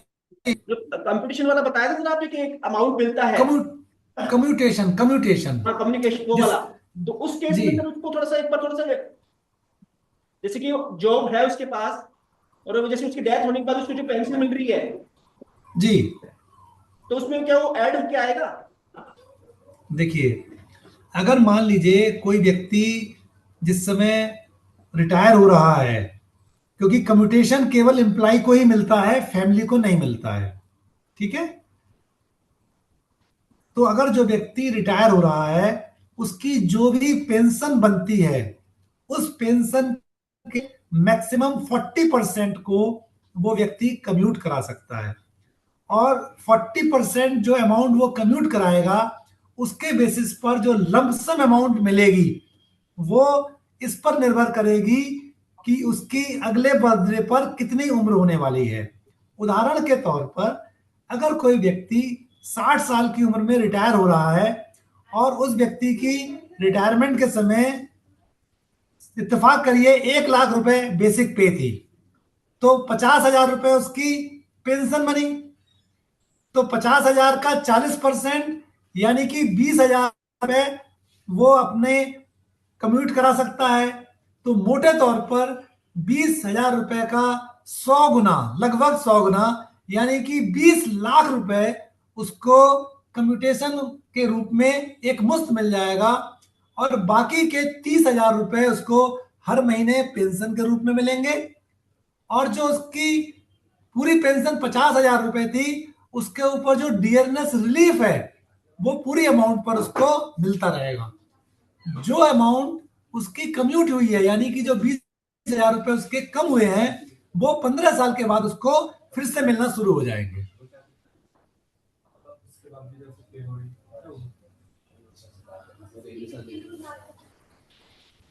बुला लीजिए इनको। वाइफ है वो जॉब कर रही है, उसकी डेथ हो जाती है, 35 की एज में उसकी डेथ हो गई वाइफ की।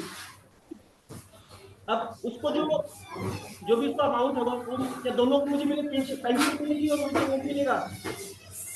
अगर किसी व्यक्ति की पत्नी या पत्नी की मृत्यु हो जाती है और अगर वो सरकारी सेवा में था, तो पत्नी या पत्नी की बेसिस पर उसको पेंशन मिलेगी।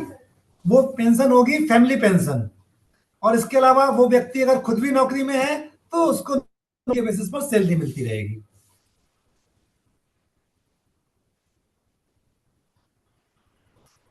और जैसे कि अगर वो कोई चाहता है कि उसकी जगह जॉब मिले, तो रेगुलर बेसिस पे वही। देखिए, जॉब मिलना तो एक अलग मैटर है, वो तो कंपैशनेट अपॉइंटमेंट किसी उसके बच्चे को अगर मिल जाता है तो कंपैशनेट अलाउंस, कंपैशनेट जो अपॉइंटमेंट है, कंपैशनेट अपॉइंटमेंट के बेसिस पे उसको सैलरी मिलेगी। लेकिन जिसको कंपैशनेट अपॉइंटमेंट मिला है, उसके अगर दूसरे परिवार के सदस्य हैं तो उनको फैमिली पेंशन भी मिल सकती है, अगर वो लोग एलिजिबल कैटेगरी आते हैं तो। उदाहरण के तौर पर, एक पति पत्नी थे, उनमें से इत्तेफाक से पत्नी की मृत्यु हो गई और पति कोई काम नहीं करते थे, तो मां के बेसिस पर उनके बेटे को नौकरी मिल गई, तो बेटे को तनख्वाह मिलेगी और पति को अपनी पत्नी के बेसिस पर पेंशन मिलेगी। जो पेंशन कौन सी होगी? फैमिली पेंशन होगी। आप देखिए कि जो डेफ लोग थैंक यू हैं सर। उनको ट्रेनिंग दी जा रही है। हम लोग सामान्य जिंदगी में कभी समझ नहीं सकते कितनी कठिनाई होती है। देखिए कैसे समझाया जा रहा है, आके देखिए साइड में, जैसे कि देखिए। दोनों He is टीचर हैं, taking जैसे side. दोनों रिटायर हो जाते हैं, जैसे पापा की डेथ हो गई अच्छा तो मम्मी को भी वो दोनों पेंशन मिलेगी। फिर से बताइए जरा। सर ये बोल रही है जैसे मम्मी पापा दोनों टीचर हैं और पापा की जी। डेथ हो गई, तब जो पेंशन हाँ, मम्मी को दोनों उन्हीं को मिलेगी। मम्मी को मिलेगी पेंशन और मम्मी को नौकरी जो कर रही है उसकी तनख्वाह भी मिलती रहेगी। नहीं, दोनों रिटायर हो चुके हैं लेकिन पापा की डेथ हो गई। अगर दोनों रिटायर हो चुके हैं और पापा की डेथ हो गई है तो पापा के बेसिस पर मम्मी को फैमिली पेंशन मिलेगी। नहीं तो और मम्मी भी मम्मी को गवर्नमेंट। अपनी, नहीं, अपनी पेंशन भी मिलेगी, फैमिली पेंशन भी मिलेगी। अच्छा, खुद की नहीं मिलेगी सर? खुद की भी मिलेगी, हस्बैंड की भी मिलेगी।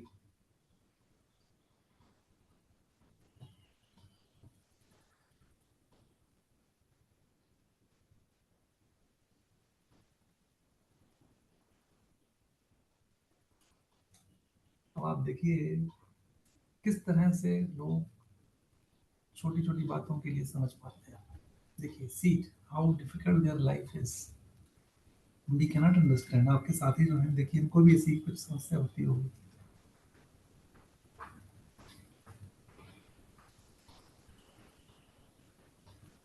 We cannot understand the problems the especially challenged और जो persons जैसे face in पापा their की जो भी life. सेविंग रही होगी, जो भी कुछ अमाउंट मिलेगा, वो क्या बच्चों को इनको नहीं मिलता, क्या मम्मी को मिल जाएगा डायरेक्ट ही? फिर से बताइए, फिर से बोलिएगा। जैसे आपने बताया ना, अभी वो जिसके पापा की डेथ हो गई है, जो पेंशन जी है फैमिली पेंशन मम्मी को मिलेगी, और जो जी अमाउंट, जो लमसम अमाउंट होता है जी। डेथ पे, हाँ, वो कम्यूटेशन ऑफ पेंशन, हाँ कम्यूटेशन ऑफ पेंशन, हाँ, तो वो भी मम्मी को कम्यूटेशन मिलेगा। Of pension, commutation of pension mummy को मिलेगा उस केस में।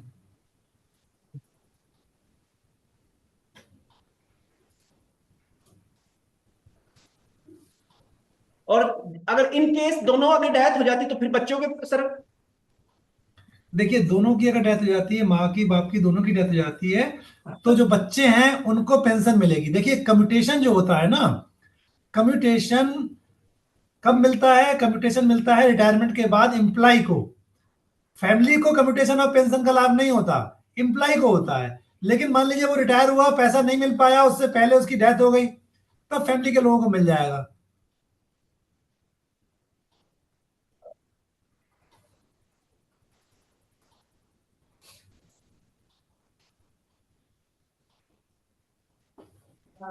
हाँ सर, एक केस और आ रहा है, जैसे कि आपने बताया था कि जो कि जैसे भाई बहन है, दो हैं, जैसे बड़ा भाई वो अमेरिका चला गया, वो वहां जॉब कर रहा है, कुछ भी कर रहा हो, अब वो पेंशन सर छोटे वाले को मिल जाएगी?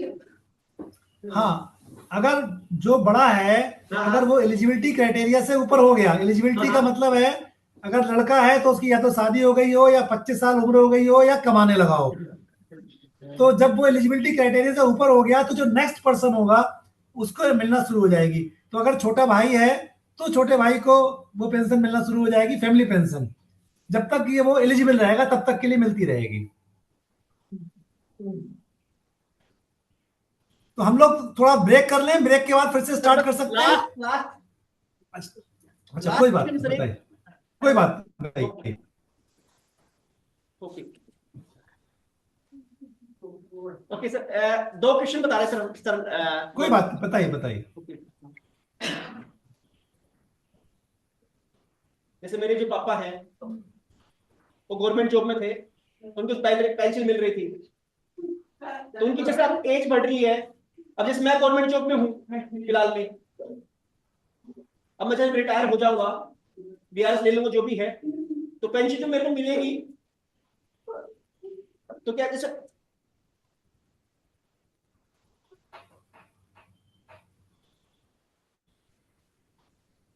जैसे मैं बीआरएस लेता हूँ,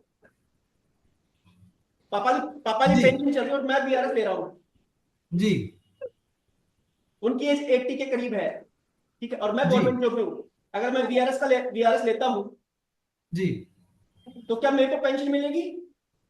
देखिए, आप खुद अगर बीआरएस लेंगे तो आप खुद पेंशन के लिए हकदार हो जाएंगे।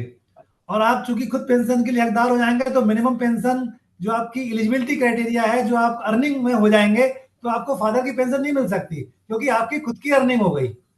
ओके। बस, क्योंकि आप खुद अर्न कर रहे हैं इसलिए आपको पेंशन नहीं मिलेगी। बस इनके कुछ एक दो क्वेश्चन है, हम बस फिनिश हो रहा है बस।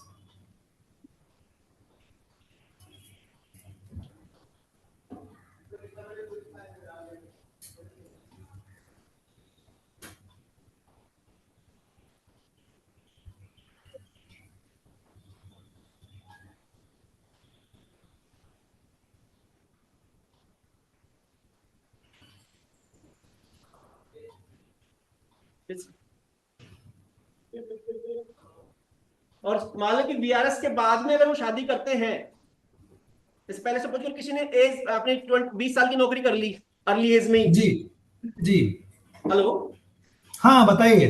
जैसे अर्ली एज में उसने अपनी नौकरी प्राप्त कर ली और उसकी 20 साल की नौकरी हो गई जी और उसने बीआरएस ले लिया जी और उसके बाद उसने शादी कर रहा है वो, जी तो क्या वो जो उसकी जो फैमिली रहेगी, जी लड़की जो मम्मी पापा हैं और साथ में फिर उसकी वाइफ है और खुद है, तो जी सर वो जो जैसे कि वाइफ के लिए बता रहे कि वो किसके लिए एलिजिबल रहेगी?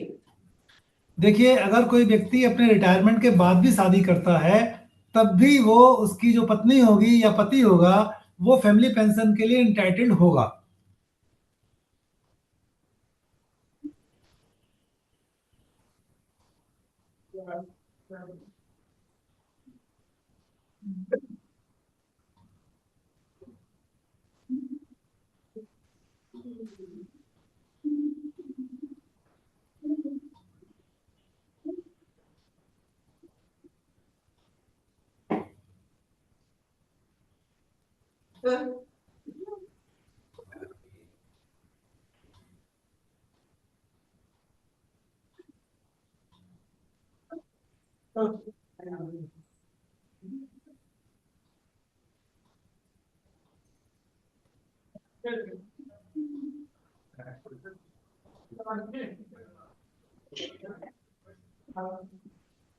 जैसे इन्होंने मेरे को अभी एक मोबाइल में दिखाया है, enhance family pension 50% of last pay for 7 years following the due date of death. जी तो ये थोड़ा सा एक्सप्लेन करिए, हम मेरे पास थोड़ा सा ये था तो देखिए कुछ समझ में नहीं आया, थोड़ा सा एक्सप्लेन कर देते देखिए देखिए देखिए इनहांस्ड फैमिली पेंशन तब मिलती है यदि किसी व्यक्ति की